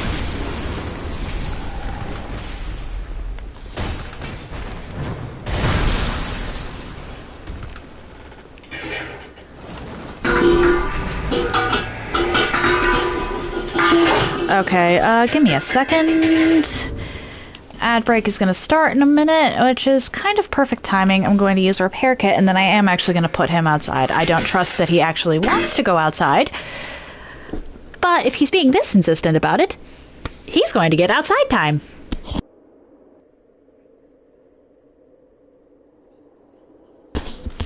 Okay, so it turns out that my dog actually did need to go to the bathroom.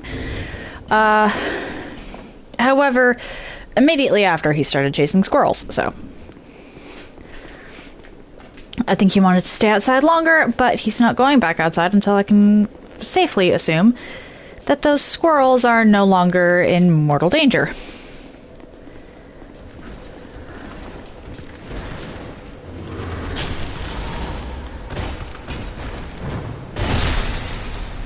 Well, that was an interesting exchange.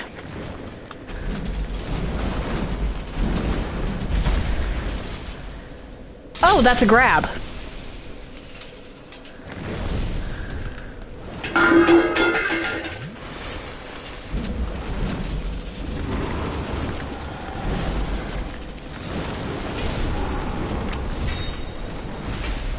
Yep, okay.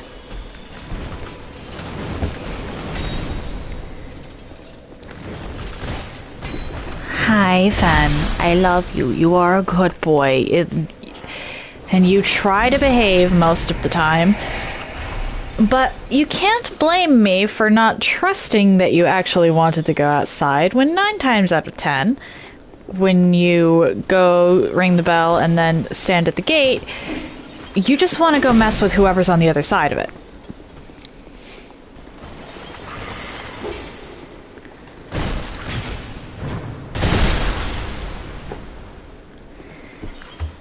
Does not mean I don't love my Fen, though.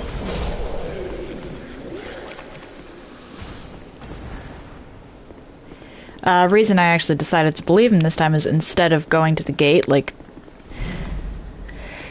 he does when he wants to mess with someone on the other side of it, he rang the bell and then came and sat at my feet.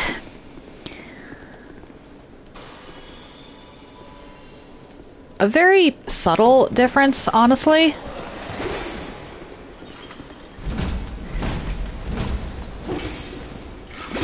But still one worth noting.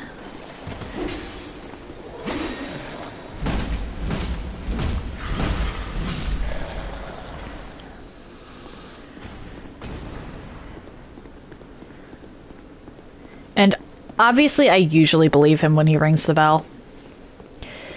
But in this case, I know how he is when he goes right to the gate with someone on the other side of it.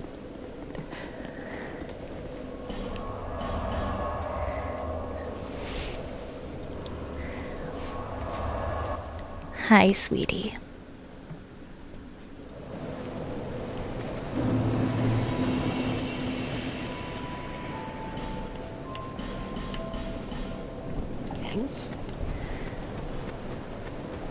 Hey, Chloanne. Well, Turns out I did not, in fact, buy you out of literally everything.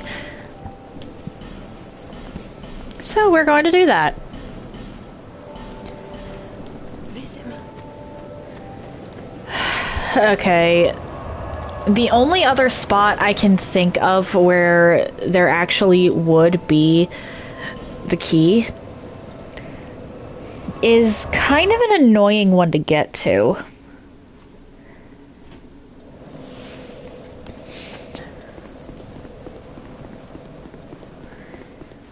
I can't exactly run through that area. I have to take it slow. Like, granted, there could technically be the key anywhere, but this is FromSoft. They tend to put the really important items in easily recognizable places.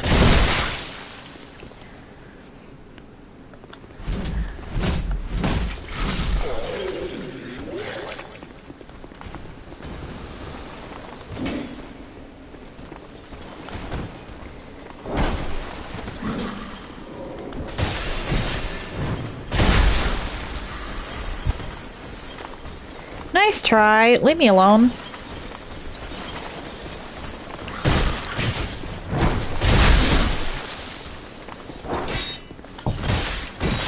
Die.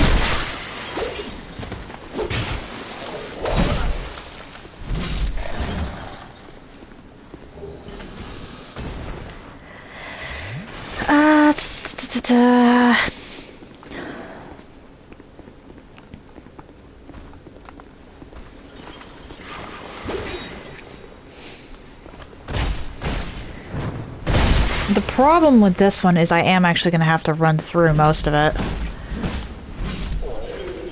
Or, well, I either have... I would love to run through this place, honestly. This first section of Elaine Loist is brutal. But the door I'm thinking of... I actually could have gotten earlier, I just didn't, and I'm kicking myself for that now.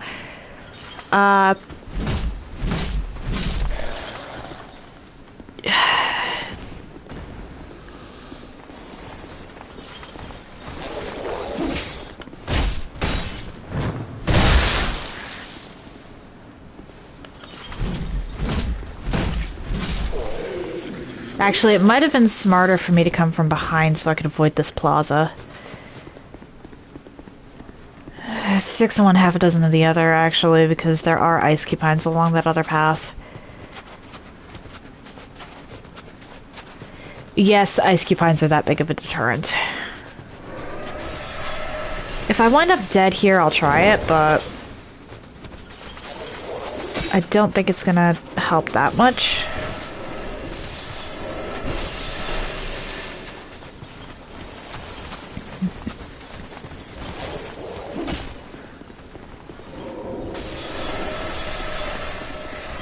Here, okay.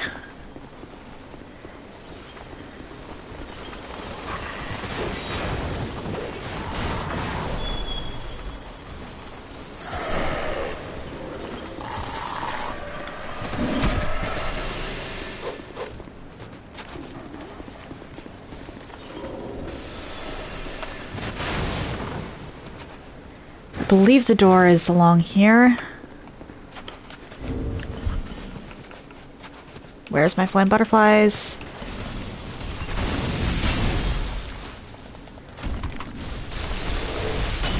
Shoot, I went the wrong way.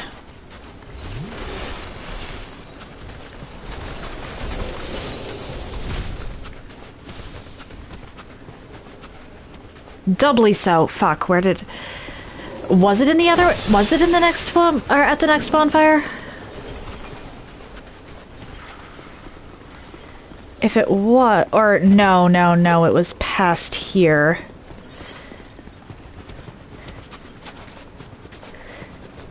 Because you can't come back to this one. You have to go...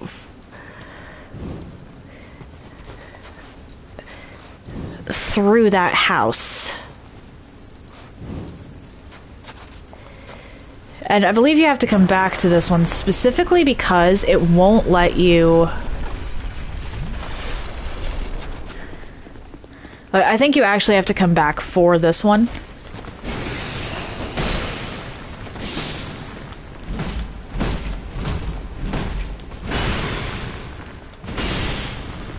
I believe Alsana's... Oh dear, Blizzard will actually prevent it from... Or prevent that door from opening if you try before you talk to her. Which requires either backtracking or beating Ava invisible.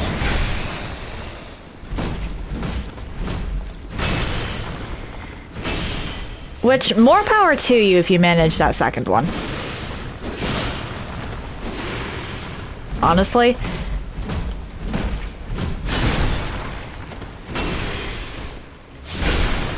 Oh dear.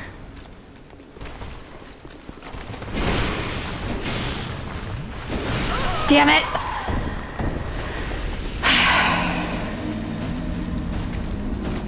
If I hadn't gotten hit with that one.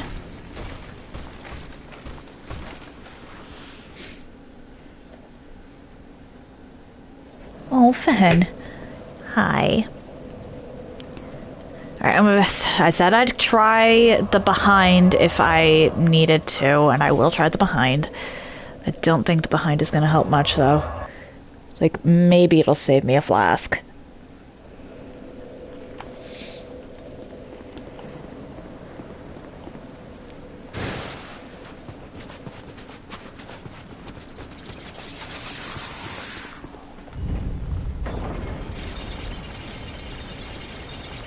And I do... Okay. The ice cupines were easier to get past than I thought they were going to be.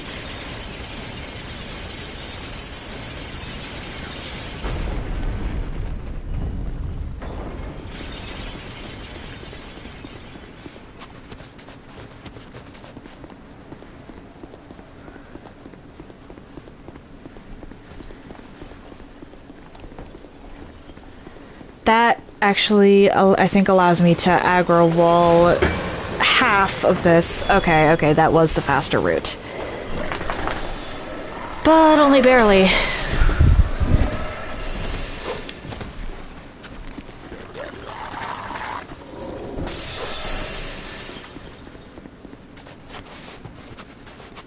I think most of them get aggro walled there. At least I'm hoping.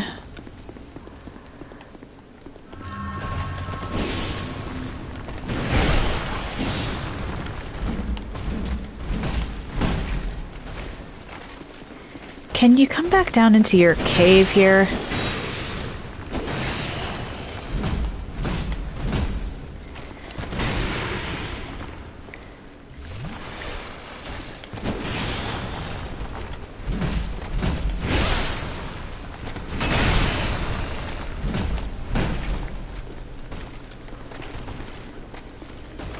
I just noticed that the sentry has scales.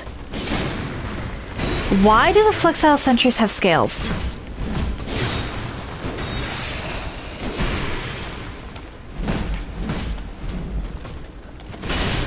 What were you made of that you needed scales? So they were some kind of reptilian species. Possibly demon. Oh dear. Though demons tended to take on more mammalian or insectoid qualities.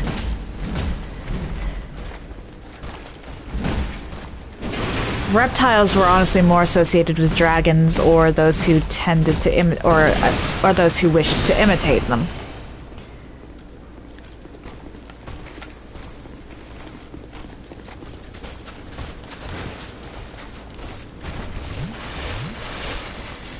Okay, cool.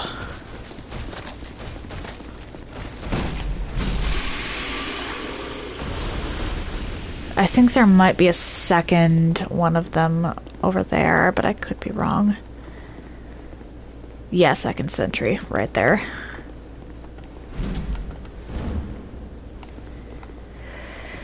Uh-huh.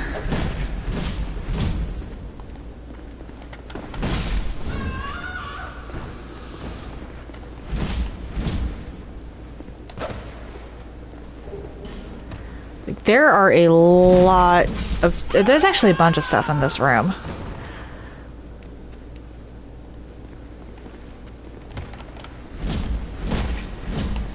Actually, if you're gonna just come to me, that's fine.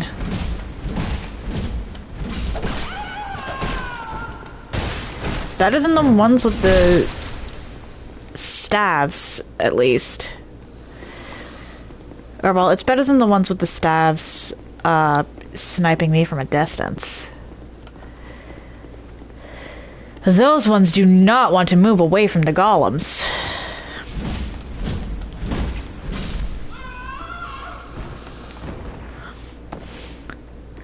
If I am in fact wrong about this being where the key is, then it's somewhere along that section with the dogs, or that I just completely neglected to go for. Or, well, that I just completely ran through.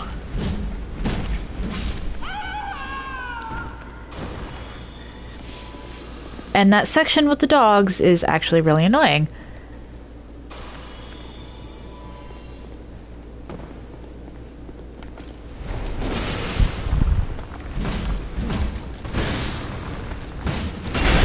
Ow.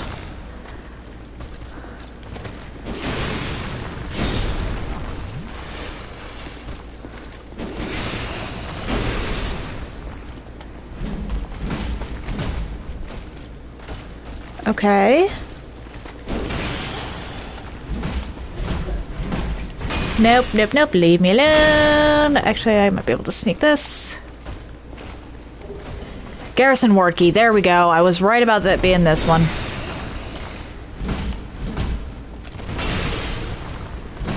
I was just wrong about how you accessed this at first.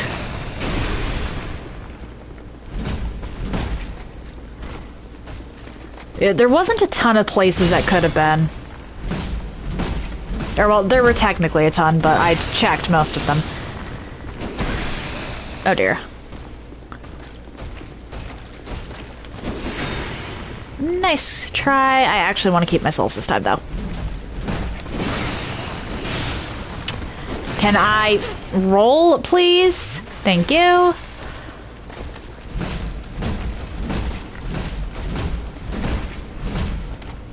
Uh-oh. No! Ha-ha! Alright, Mossy, you still there? because I am about to unlock Frigid Outskirts, and if you're still here, I'll do one quick run through to see if, or to show you why people hate it.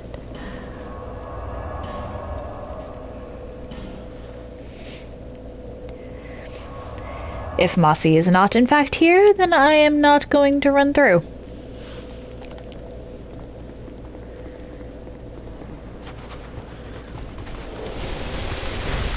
Because I wasn't kidding about not wanting to do Frigid Outskirts. I'll unlock them in case I feel like putting myself through a lot of pain later. And I'll probably actually wind up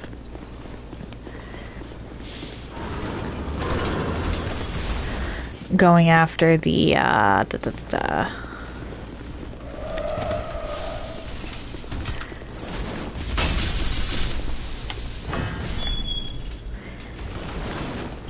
Where are you? Where are you? Bonfire, there you are.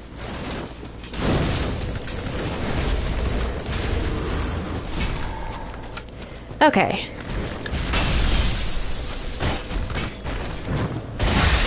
I think I'm gonna go after the NPC invasion that blocks, or not blocks, but is in front of the Shalva gang squad.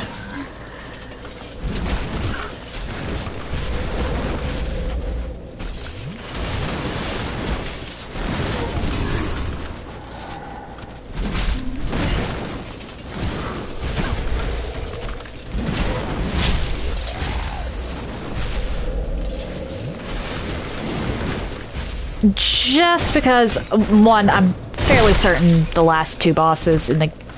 well, the last two main bosses aren't going to be that big of a deal.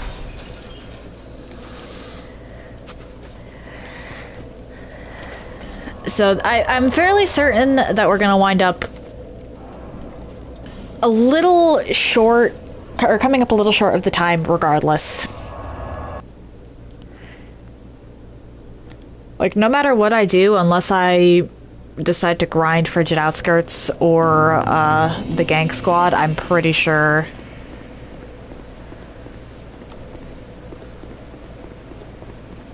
we're going to have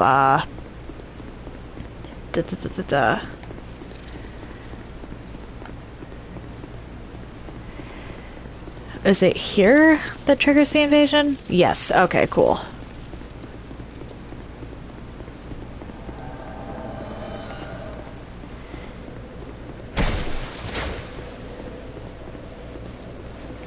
Come on.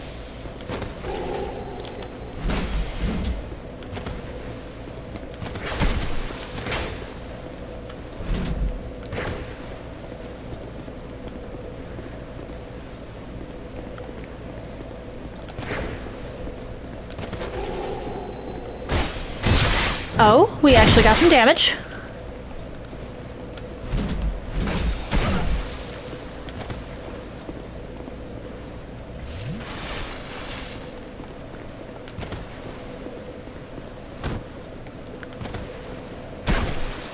I don't even know what that exchange was.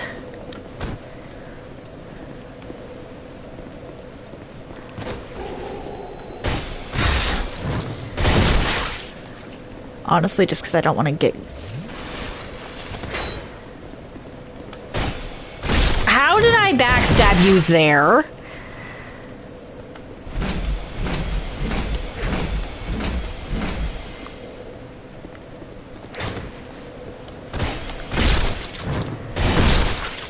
Okay, cool.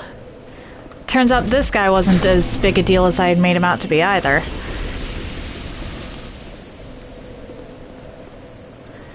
I just wanted him gone, honestly. Okay, that right over there is one of the most annoying bosses in this game because of its run back. And again, it's not even a good fight.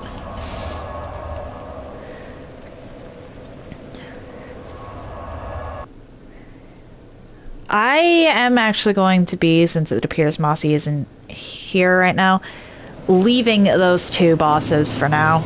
I have them unlocked. They're essentially free when I want to go for them. And I will probably wind up going for them eventually as part of filler. Or for some kind of filler. But for now, let's go finish the game.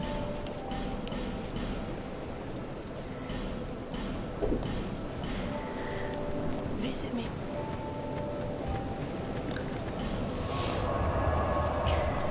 Okay, Castle Drangleic. And it is quite literally just Kingsgate.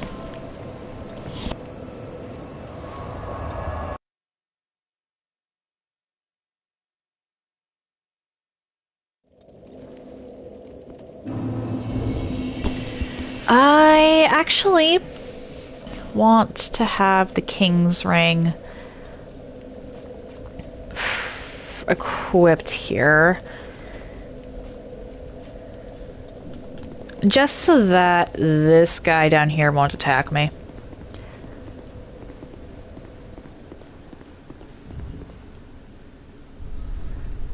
It's not like he's that tough, but at the same time, every little bit of health helps. At worst, I die a couple times. But I expect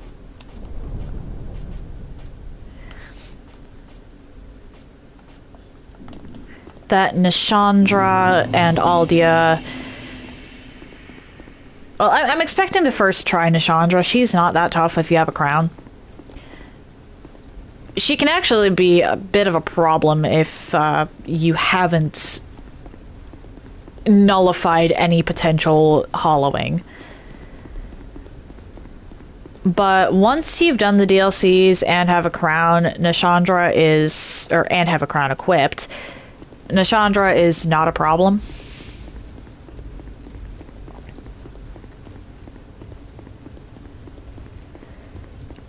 So I am honestly expecting to first try her. Aldia is a bit of a different story. I've never actually fought him in close quarters.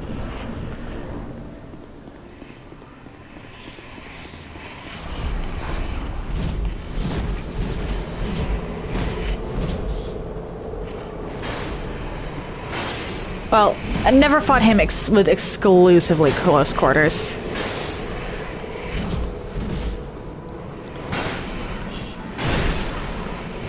Oh dear.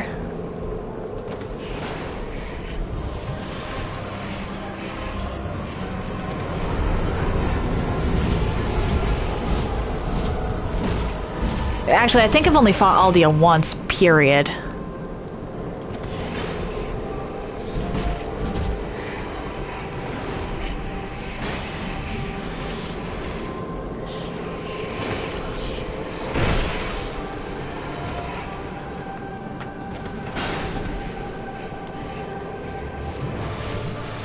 If you could come away from your little...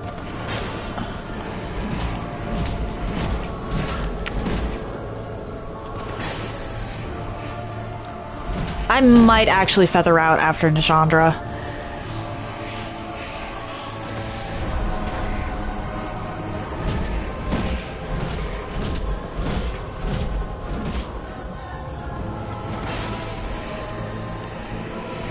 Just because I have used a lot of Estus, and while I can use Divine Blessings, I'm not exactly at risk of running out.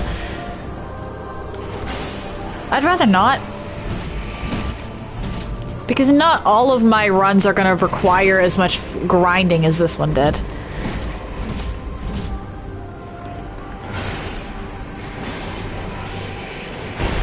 Oh dear.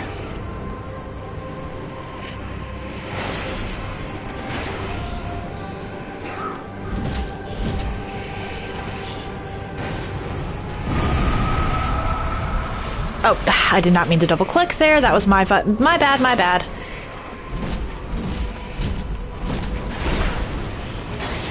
Yeah, Nishandra has constant health drain going on. But as long as you're paying attention, it's not that big of a deal there. Okay, and we're going to feather.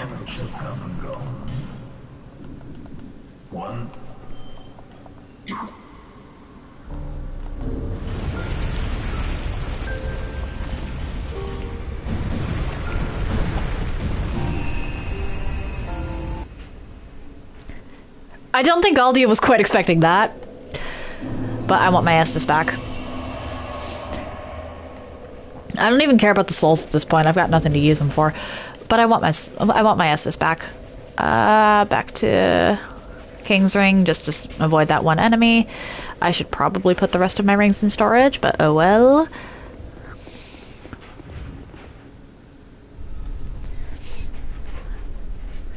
Aldi is an interesting one because you really just dodge and then close in. But you also have to be careful about dodging, because I believe his primary form of attack is Firestorm, and there's also a nice ledge that you can fall right off of. Not the most pleasant of experiences, that.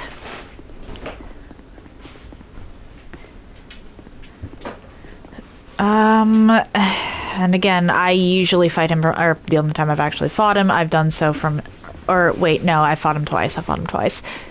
Both times have been mostly from a distance. Which makes that... I think I have closed in at some point, and it is possible, it's definitely possible, but I'm a little concerned about it anyway.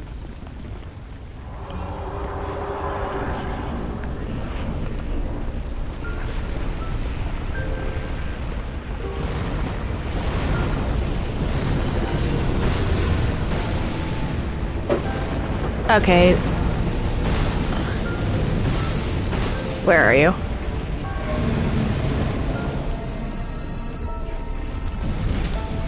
Ah, come on.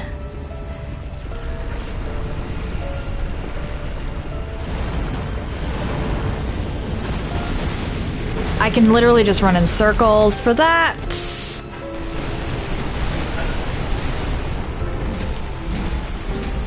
Why are you so tanky?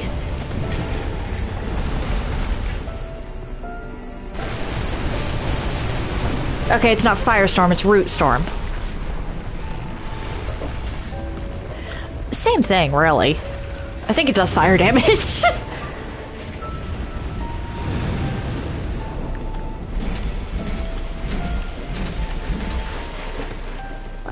Yeah, okay. I can get at most 5 hits in there.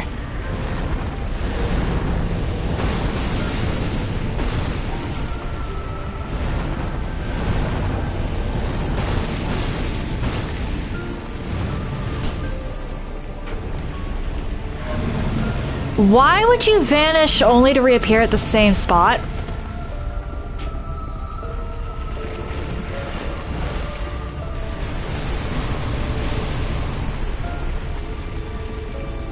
Why would you teleport to the spot you were already on? That doesn't make any sense to me. Ah, crap.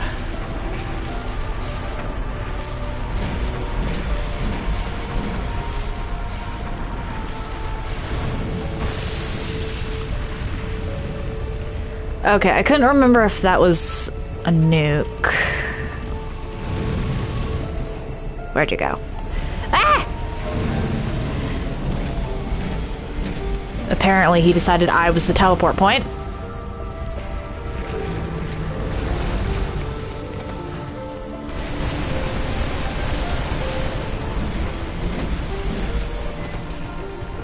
And then we back off.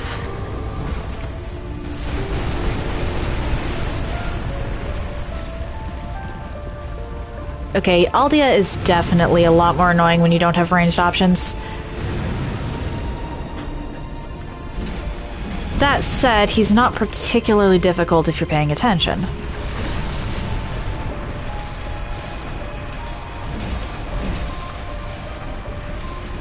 I don't really want to risk getting more than 2 hits in there because I don't know the exact timing for this.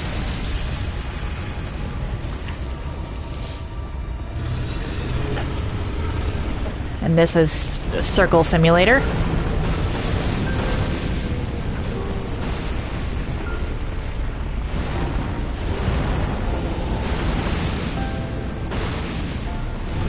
Where are you going? There you are.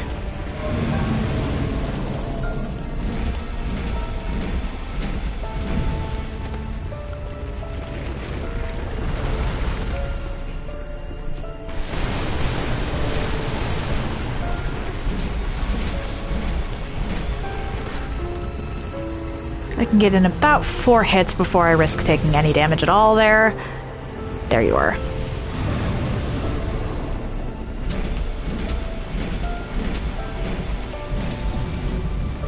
Uh-oh.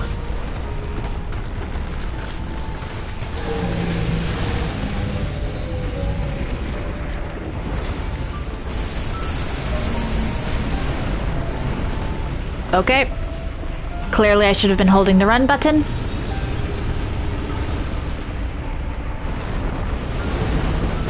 Ah!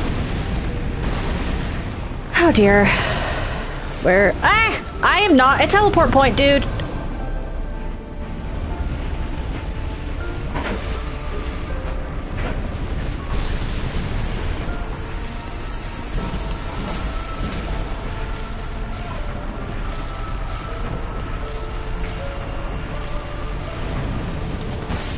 I can actually probably get in a lot more hits, I just don't want to risk it.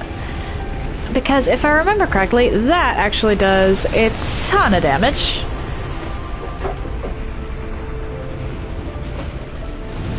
And where... There you are.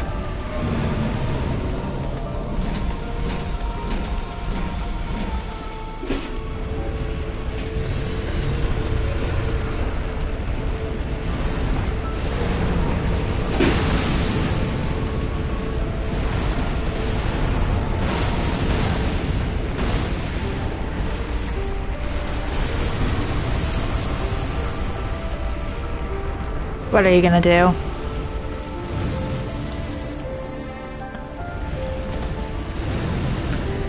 Use me as a teleport point again. That or I was just standing in one of them.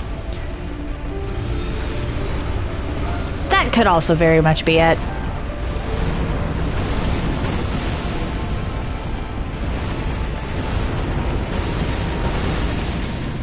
Ah! Can I heal, please?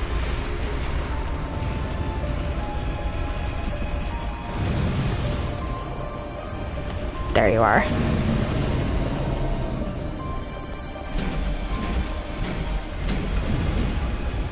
Ah! As long as I don't get greedy, which is very much a possibility with me, I should have this. Where'd you go? There you are.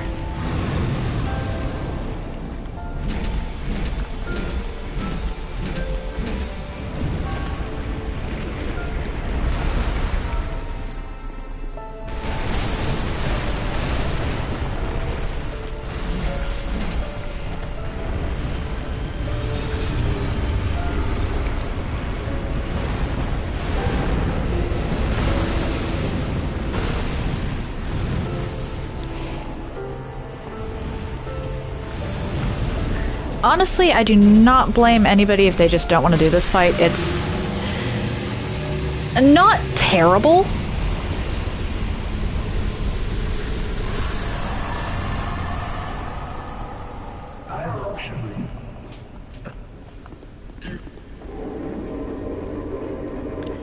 Goodbye. And now we see Soup. The angry lunch lady, as Pikachu has put it, who has proven supremacy over Dranglic's strongest foes, and now leaves.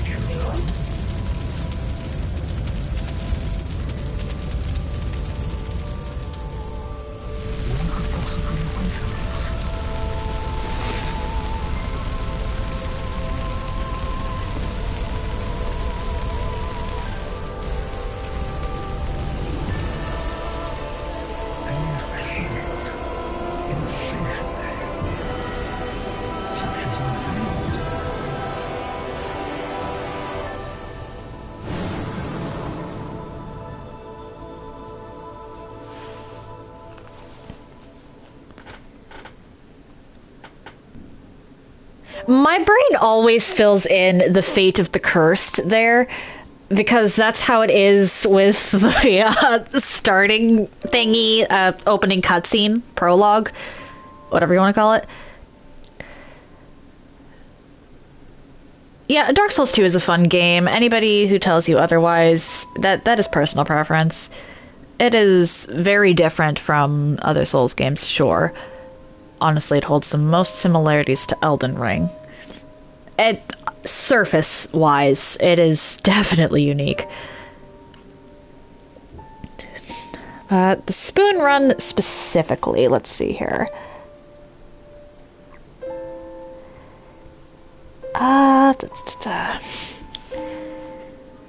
Certain things were definitely more difficult. Aldia took a while. I'm not... Aldia isn't really a fight I find all that fun. Nishandra is better, and even then, she's very gimmicky.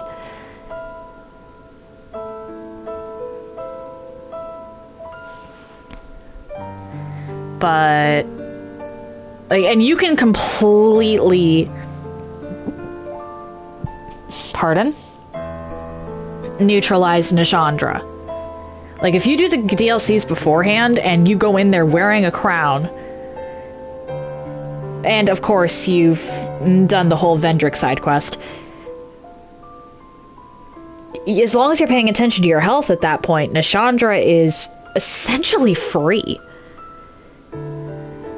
You just need to dodge occasionally and heal when her health drain gets too much. But I face tanked a lot regarding her, actually. I dodged most of her outright attacks, but her health drain mechanic I just stood in.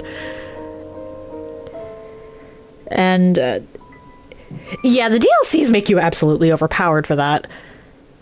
So to that effect, Aldia was kind of needed, but at the same time, they should have made him a little more difficult.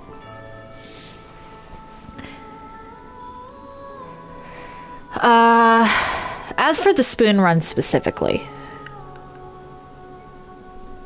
the biggest hiccup I had with the spoon run was actually getting the mundane ladle. I'm not even joking about that. Once I actually got the ladle, everything else was sort of easy. The second biggest hurdle was definitely Naika. Naika is annoying in melee, like, so annoying.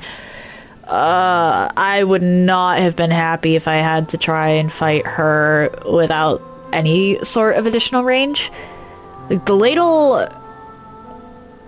I think the ladle adds, like, a frame, maybe two, worth of damage, or worth of range to my attacks over bare fist, but still, I would not have been happy if I had to try and fight Naika with my bare fists. Bare fists would have been so annoying there.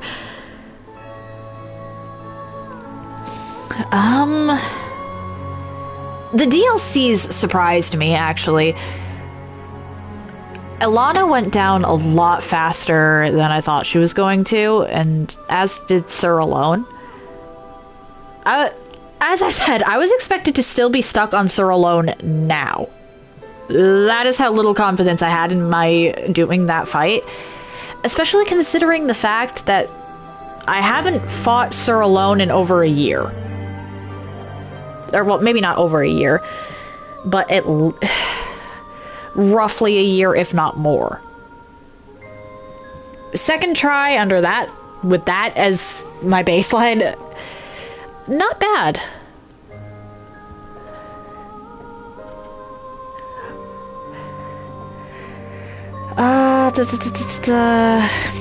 Of course, Ivory King... I used like 12 Divine Blessings on that fight, and I still have no regrets. Ivory King with low damage is probably not happening again, actually.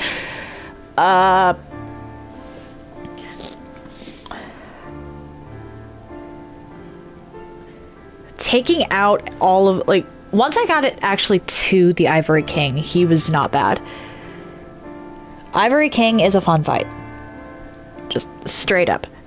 The gauntlet getting to him, however, that sucked with ladles. I'm used to going through that with much higher damage. And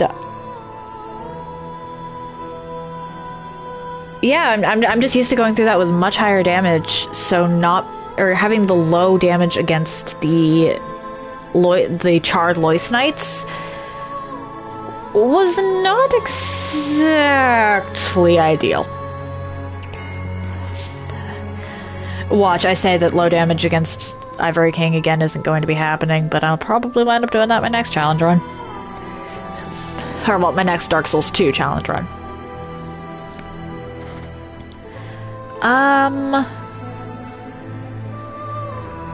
Let's see here. Sin surprised me. I've heard that Sin is actually very tough for melee characters, so I was expecting that to be a slog, but no, it turned out to be even easier than Alana, although, to be fair, Alana I just got really good RNG with. Fume Knight is Fume Knight, and Fume Knight's awesome. I've never actually hated Fume Knight. Although, you definitely have to be careful and make sure that you save your smelter wedges for that. Because if you can either rush Fume Knight with all of the smelter wedges in your inventory, or you can get all of the smelter wedges except for the one that's locked behind Fume Knight and Sir alone, and fight Fume Knight with one of the Nadalias in the room, and you'll be fine. I think all 4 Nadalia idols at once will make Fume Knight unbeatable, especially if you have low damage. If you can one-shot him or something like that, or something crazy like that, that's one thing. But if you don't have that massive amount of damage, Nadalia is just going to out-heal whatever you do to him. So as long as you're not going into that fight with the intention of leaving Nadalia alone, Fume Knight is good. If you go into Fume Knight with all 4 Nadalias still there, good fucking luck. That's all I have to say on that matter.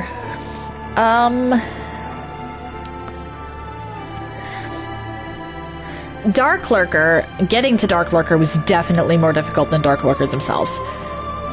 And for low damage runs, you definitely want to go through and,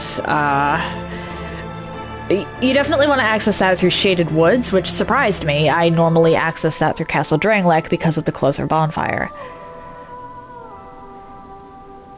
However, when it comes to getting to Dark Lurker, if you have low damage and no way of really doing it from a distance, Shaded Woods is definitely the better starting point as opposed to Dranglek Castle. If only because of the Havel. And if you're going into Dark Lurker starting from Black Gulch, there's a problem. I'm just gonna say it. You should not be starting from Black Gulch if you plan on actually tackling Dark Lurker.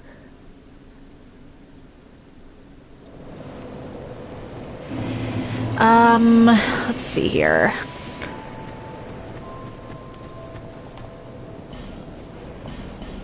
Oh, I can't hold any more of that. Well,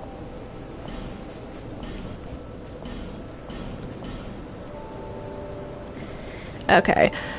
visit me.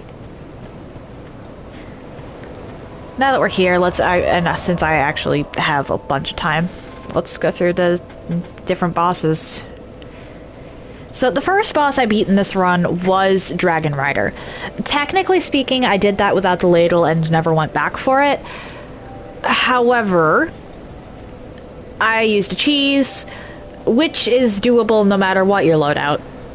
So I don't exactly count that as something I couldn't have done with the ladle. I went back for both of the bosses in the Forest of Fallen Giant, or well, all three, multiple times.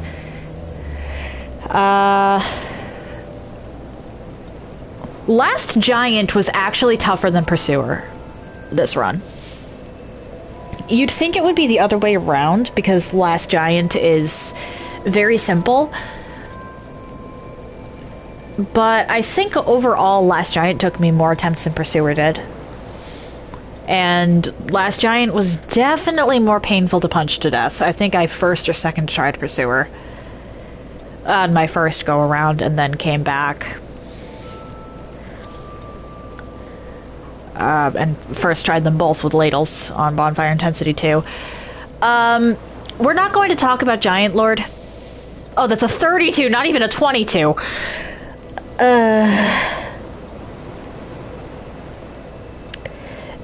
Yeah. I probably shouldn't have over-leveled for this run. Honestly, I was just worried about Alana. Everything else I was confident I could do with a bit of grinding, but Alana was the problem child. And then I wound up beating her very early on into a stream where I wasn't expecting to beat her.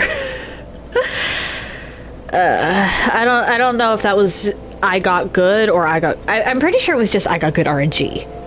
Like, not I got good RNG. But Alana was the reason that this got up to 32. Like, Fume Knight was doable. Although I am actually kind of glad, specifically for Ivory King, that I did that.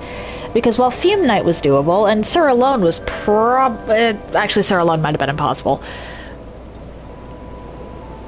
So, yeah, for the DLC bosses, I'm glad I grinded, and actually kind of for Aldia too, because that would have been a nightmare otherwise. Like, seriously, my right-hand weapon, 241 points of damage. I was not even doing triple digits to Aldia.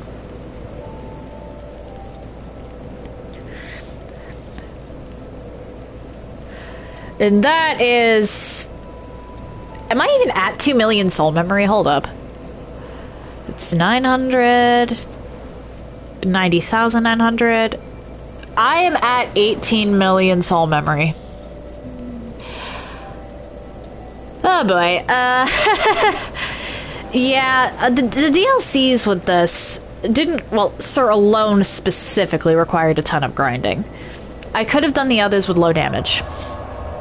It just would have taken me a lot longer than I really wanted to spend on DLC bosses. Well, it would have taken me a lot longer than I actually wanted to spend on Alana. I would have gladly spent days on Fume Knight.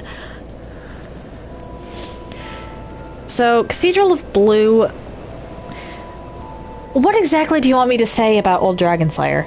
It's Ornstein's moveset. I love Ornstein's moveset. Wasn't that difficult, though. I don't think it cracked 10 attempts. Flexile Sentry was honestly very easy this go around. Once I got my first Mundane Ladle, I just went to town, and I was so happy to see double digits. For the Bastille, Ruin Sentinels actually surprised me. I grinded out the Ruin Sentinel run back because I was certain, absolutely positively certain, that I was going to be stuck on them for a while, and then I first tried them.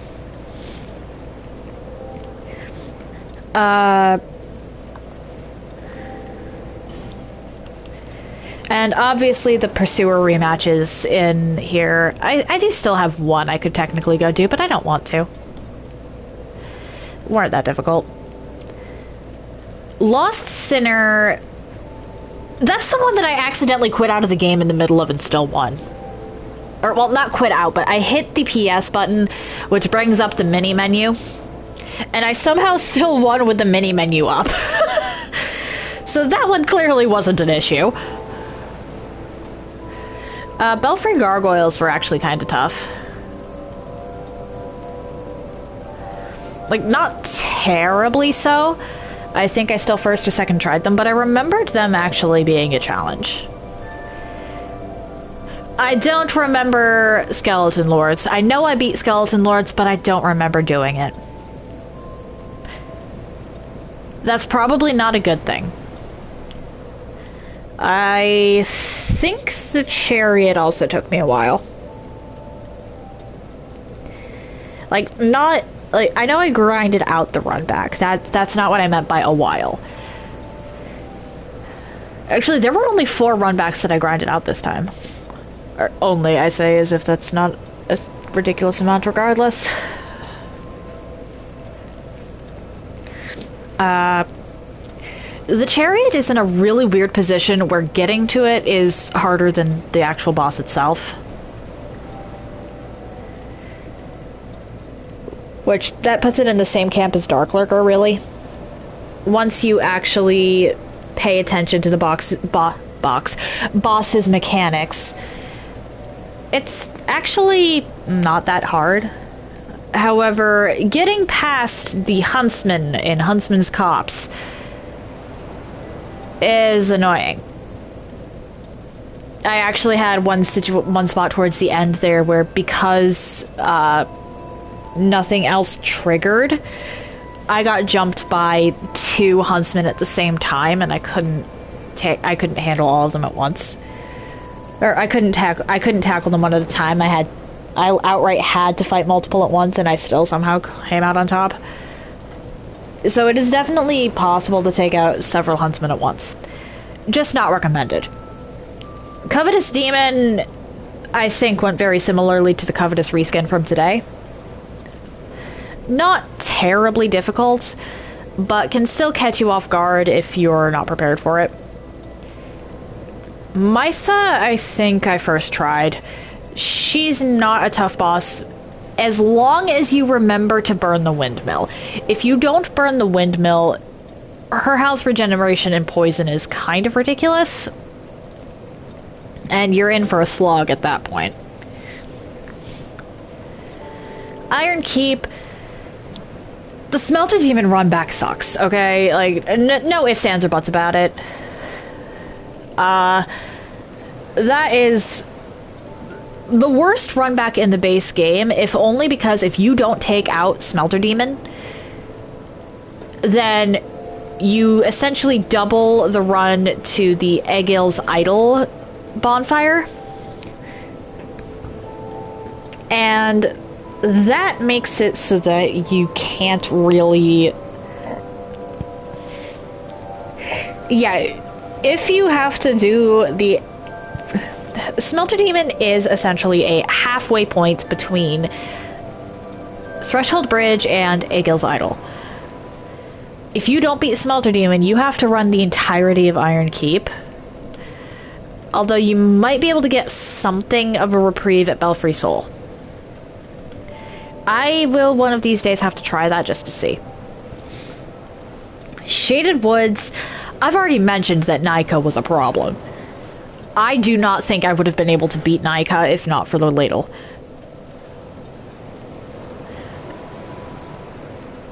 I don't think I would have been able to beat Nika in a reasonable amount of time without some kind of weapon, even if it was the Ladle.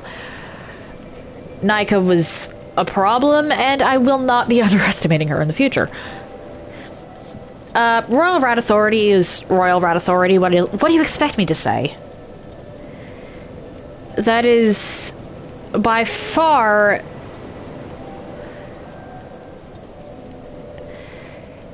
Yeah, Royal Rat Authority is annoying. Just straight up. If you don't take out the little dogs... Because you can't exactly guarantee that the big dog is going to take out the little ones. You have to take out the little ones on your own. If you don't take them out quickly enough, you're going to get overwhelmed. Can I please? I'm trying to do a recap. Brightstone Cove. Prowling Magus and Congregation was actually kind of scary this time. like, not scary as in I was actually worried about dying, but, well, I kind of was. But not because of the raw damage they put out, but because there were so many enemies that I had to hit with the ladle, and the crawling ones with the ladle's short range are actually kind of... I think I could only hit them with one arc. I couldn't get them all. And then, of course, this was the smoothest Freya fight I've ever had, though I'm thinking that's because I carried the torch, and when you're carrying a torch, little spiders won't attack you, so I will definitely be using the torch trick to make Freya easier in the future. I don't know why it took me until this point to actually use that, but oh well. Royal Rat Vanguard is an interesting one. This is one of those bosses that you can't exactly single out. You have to just kind of brute force it. Which is not as easy as it looks when your damage potential is barely cracking the 3 digits. So I'm pleasantly surprised that went as smooth as it did. Although I think I wound up out of Estus and relying on life gems during that fight. And of course, if you're not careful, you're just going to outright get petrified if the nibbling rats don't deplete your health bar first. Black Gulch is Black Gulch. The Rotten is easy. The area itself is an absolute nightmare to get through if you're not prepared. What else do you want me to say about it? I don't think the Rotten has ever actually given me trouble. No, that's not true. That's not true. The Rotten gave me trouble on my first playthrough because I didn't realize I was on fire until I was dead. The fact that's not exactly a glowing endorsement, is it?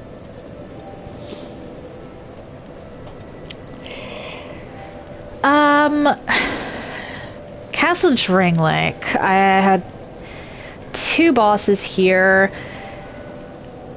Dragon Riders weren't bad. That was actually a pretty enjoyable duo boss to fight with the ladles. Which is kind of surprising. Duo bosses on challenge runs tend to be really annoying. But I actually did have a decent amount of fun fighting the Dragon Riders. Looking Glass Knight, on the other hand, can go rot. Send him to the Gulch.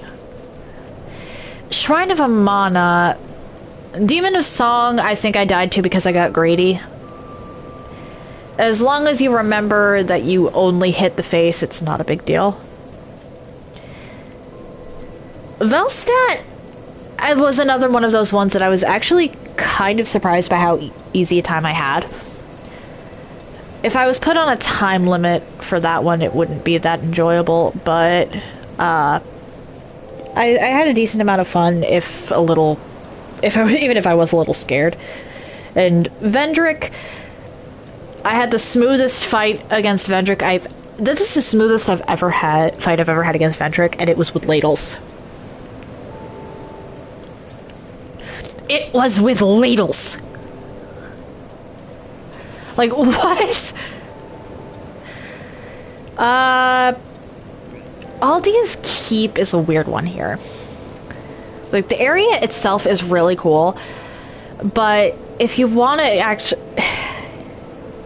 I should really try going through everything before I move on with this one, because, let's be real here, the optimal way is to go all the way through to Dragon Airy and then come back for the Forlorn in there.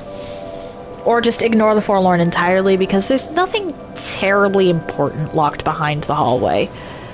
And you know exactly which hallway I'm talking about if you've played this game before, don't lie.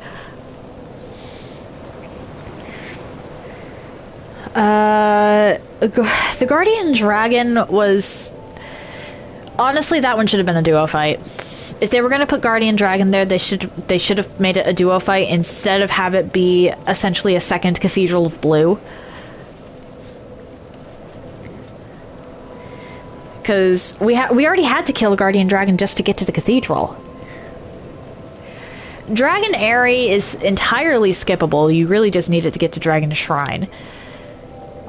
But I'm going to send a very sincere fuck you to the exploding guys who destroy my equipment. That was not fun. Dragon Shrine is Dragon Shrine. The rest of the area was a lot more fun than the actual boss itself. Ancient Dragon does give me pause, but at the same time, only because one mistake and you're back to the beginning. It's not like it does anything all that crazy. Shulva... I never know how to rank Shulva, honestly. Like, how to talk about it. The area itself, I actually really like. I love the mechanics and the way the world shifts. But the bosses in Shulva are terrible. Just straight up. Alana being able to summon Velstadt is so not fun. And then... Sin isn't terrible.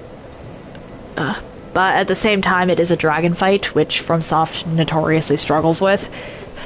I do have to say that I like Sin better than I like Midir, though. I am definitely expecting tomatoes in the chat for that one.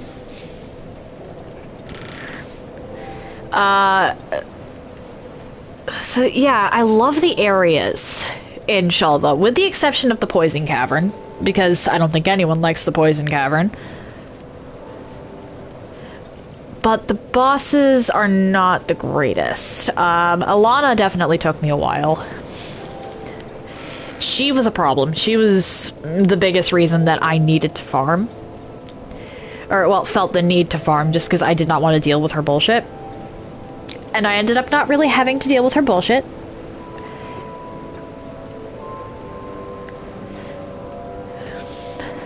But, yeah, actually... I think it was RNG, but that was the easiest time I've ever had beating Alana, and again, it was with ladles. Broom Tower is the only DLC that I full cleared with this file. Let's see here. Obviously, love Fume Knight. Fume Knight wasn't that big of a hurdle, as I said, because I made sure to save my smelter wedges. That is honestly the biggest piece of advice I can give you for Broom Tower if you're going through it as a new player, is save your smelter wedges for after you hit the lowermost floor bonfire.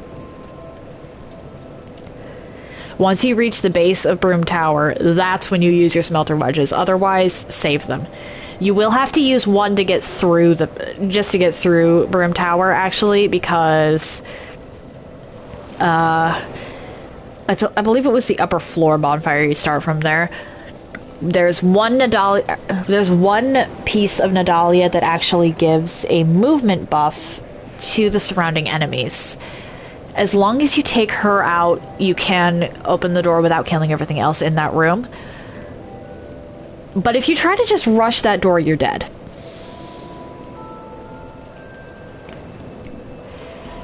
And Sur alone... Again, I love the moveset, hate the run back. The run back, that was the third one I cleared, or fourth one I cleared out. The first few... Alright, so all the run backs I cleared out. Smelter Demon. I just thought of them too. Huntsman's Copse. To the Executioner's Chariot. Ruin Sentinels. And Sur alone. Those are the 4 runbacks that I cleared out. And honestly, Sur alone, despite... I had one of the easiest times with Sur alone. I didn't no-hit him, which is important to note, because I know that he actually does have a different death animation if you do manage to no-hit him.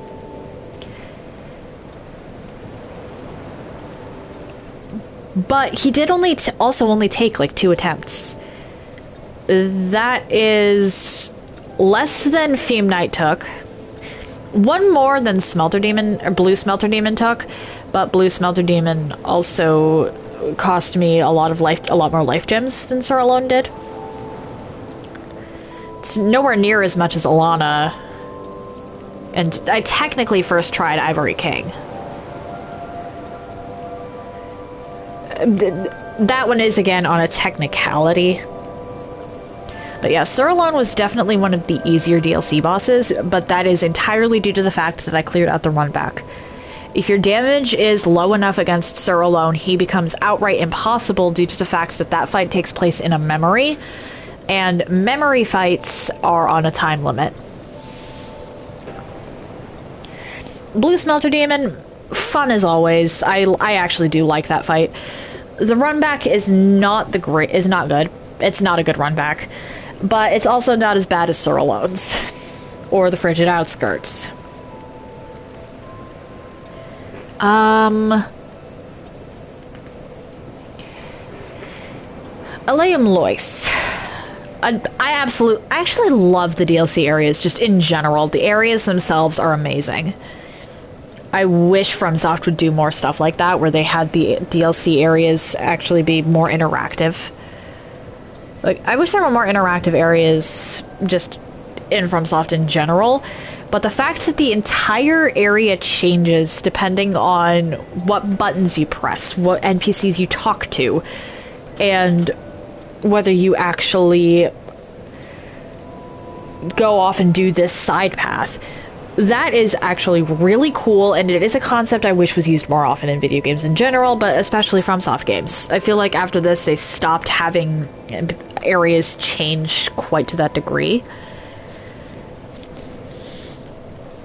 And this was honestly also the first time they had areas change like that.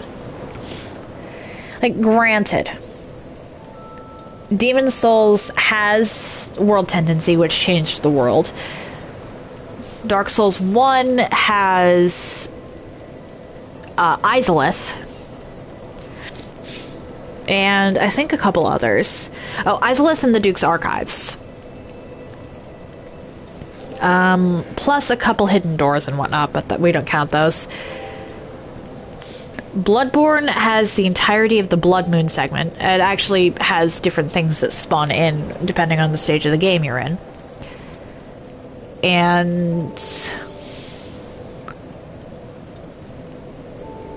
Sekiro has one area that changes entirely once you hit late game, depending on the ending you go for. And actually it has one area that changes like twice. Like majorly changes twice. Let's see here.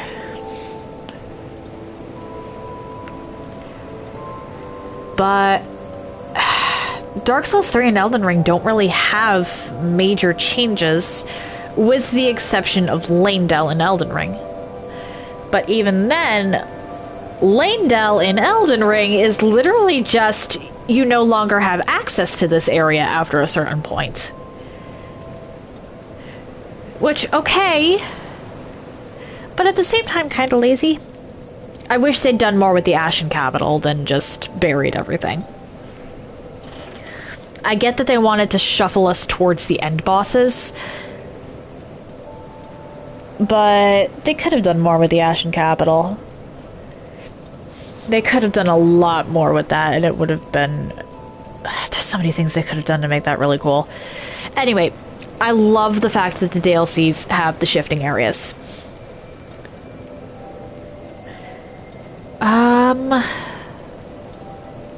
Let's see here. Aleum Lois's bosses. I did not go into the Frigid Outskirts, just as I did not go into the Poison Cavern in Shalva. I did, however, take out Ava and Ivory King.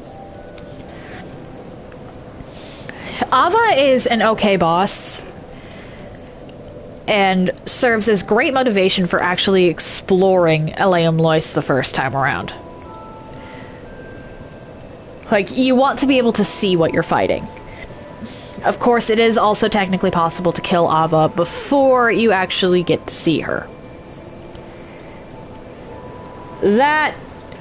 people who do that have my respect, honestly. Like, just, I respect your skill if you're able to do that. I cannot. Or, well, I could try, but I would have to rely entirely on audio cues, which I don't feel like doing most of the time.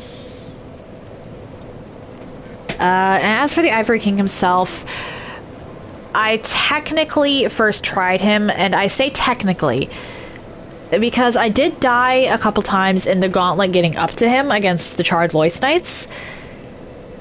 However, once the king himself spawned in, he was just dead. I killed him. I did not have to reload. I used a bunch of divine blessings, but I don't regret it because there is actually... I'm actually gonna go run this just to show you guys. Like, literally just to show you how little I care about using divine blessings at this point. Burn. Bonfire Ascetic.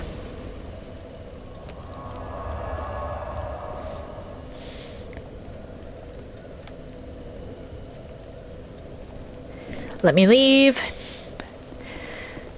I'm going to run this twice. Just let me in here. And keep in mind, I was grabbing these every single time.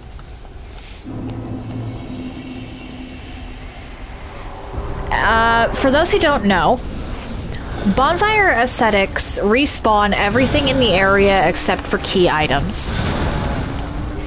So, there's a Bonfire Ascetic.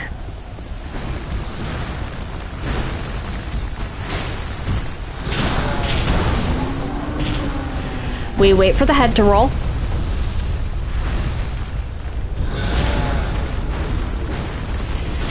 And then we wait again for those.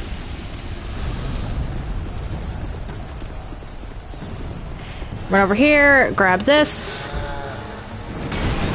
And look, Divine Blessing. And then you can just kill Giant Lord or leave. That's also a Fire Seed.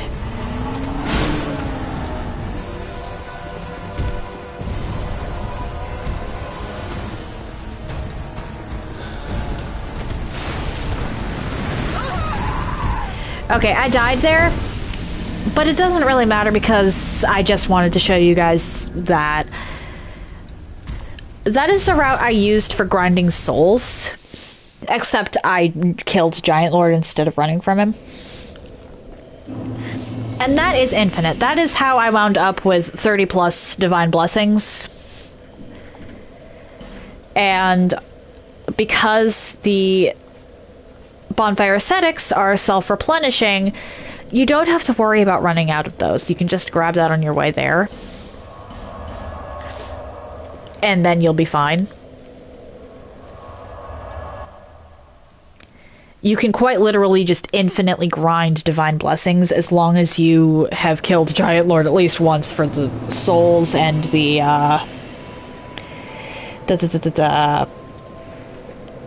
Giant's kinship so that you can actually beat the game.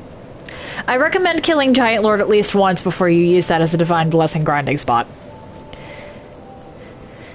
But yeah, due to that, I have absolutely no qualms or no complaints about having used the amount of Divine Blessings I did against Ivory King.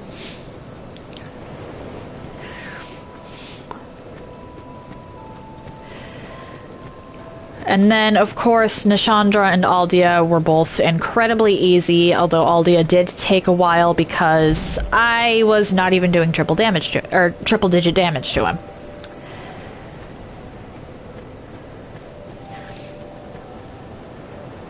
So, yeah. Aside from the DLC bosses, the only real hurdles were runbacks and getting the ladle to begin with. Which, honestly, this was a pretty chill challenge run. The ladles are not as bad as I was led to believe before all of this. 'Cause people shit on the ladles all the time, but they're actually not bad. If you get a mundane infusion, they're decent. Granted, you have to have a ridiculous stat spread to get them to work. But they are still decent. And if anybody wants to get into challenge runs with Dark Souls 2, I actually would recommend a ladle run. Because it's low damage, but it's low damage you can do something about if you're willing to put in time and effort. Well, you can do somewhat something about. But that does it for Dark Souls 2 Ladle only. I will probably wind up coming back for the 2 bosses I missed at some point, just for filler. But I will be moving on to my next challenge run next week.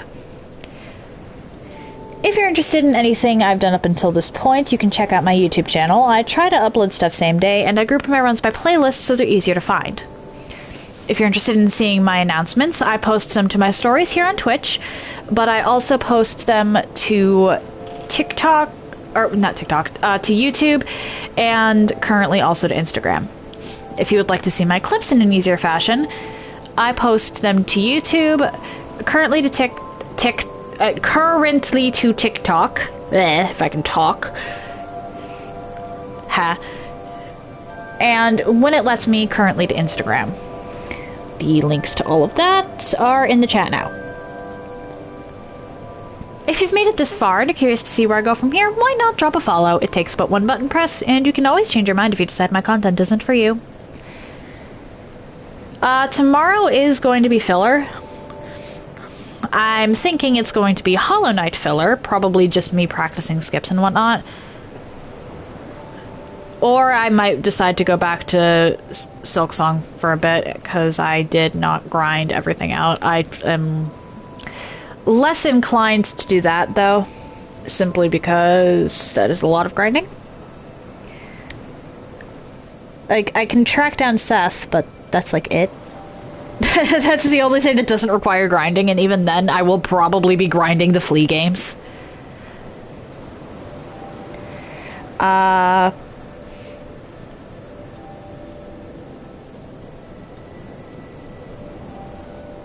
Let's see. So yeah, tomorrow, filler, probably OG Hollow Knight, but we'll see. Wednesday, it's back to Lords of the Fallen with Karato. Thursday and Friday, it'll be back to Dragon's Dogma 2. I will be hunting down the Sphinx's second location at that point. And then, starting next week, I will be moving on to Elden Ring Catch Flame only. So, you'll get to see me suffer with another starter spell only run in Elden Ring. I am just going to call it right now, I am not doing Rykard. Rykard is a hard no. One moment.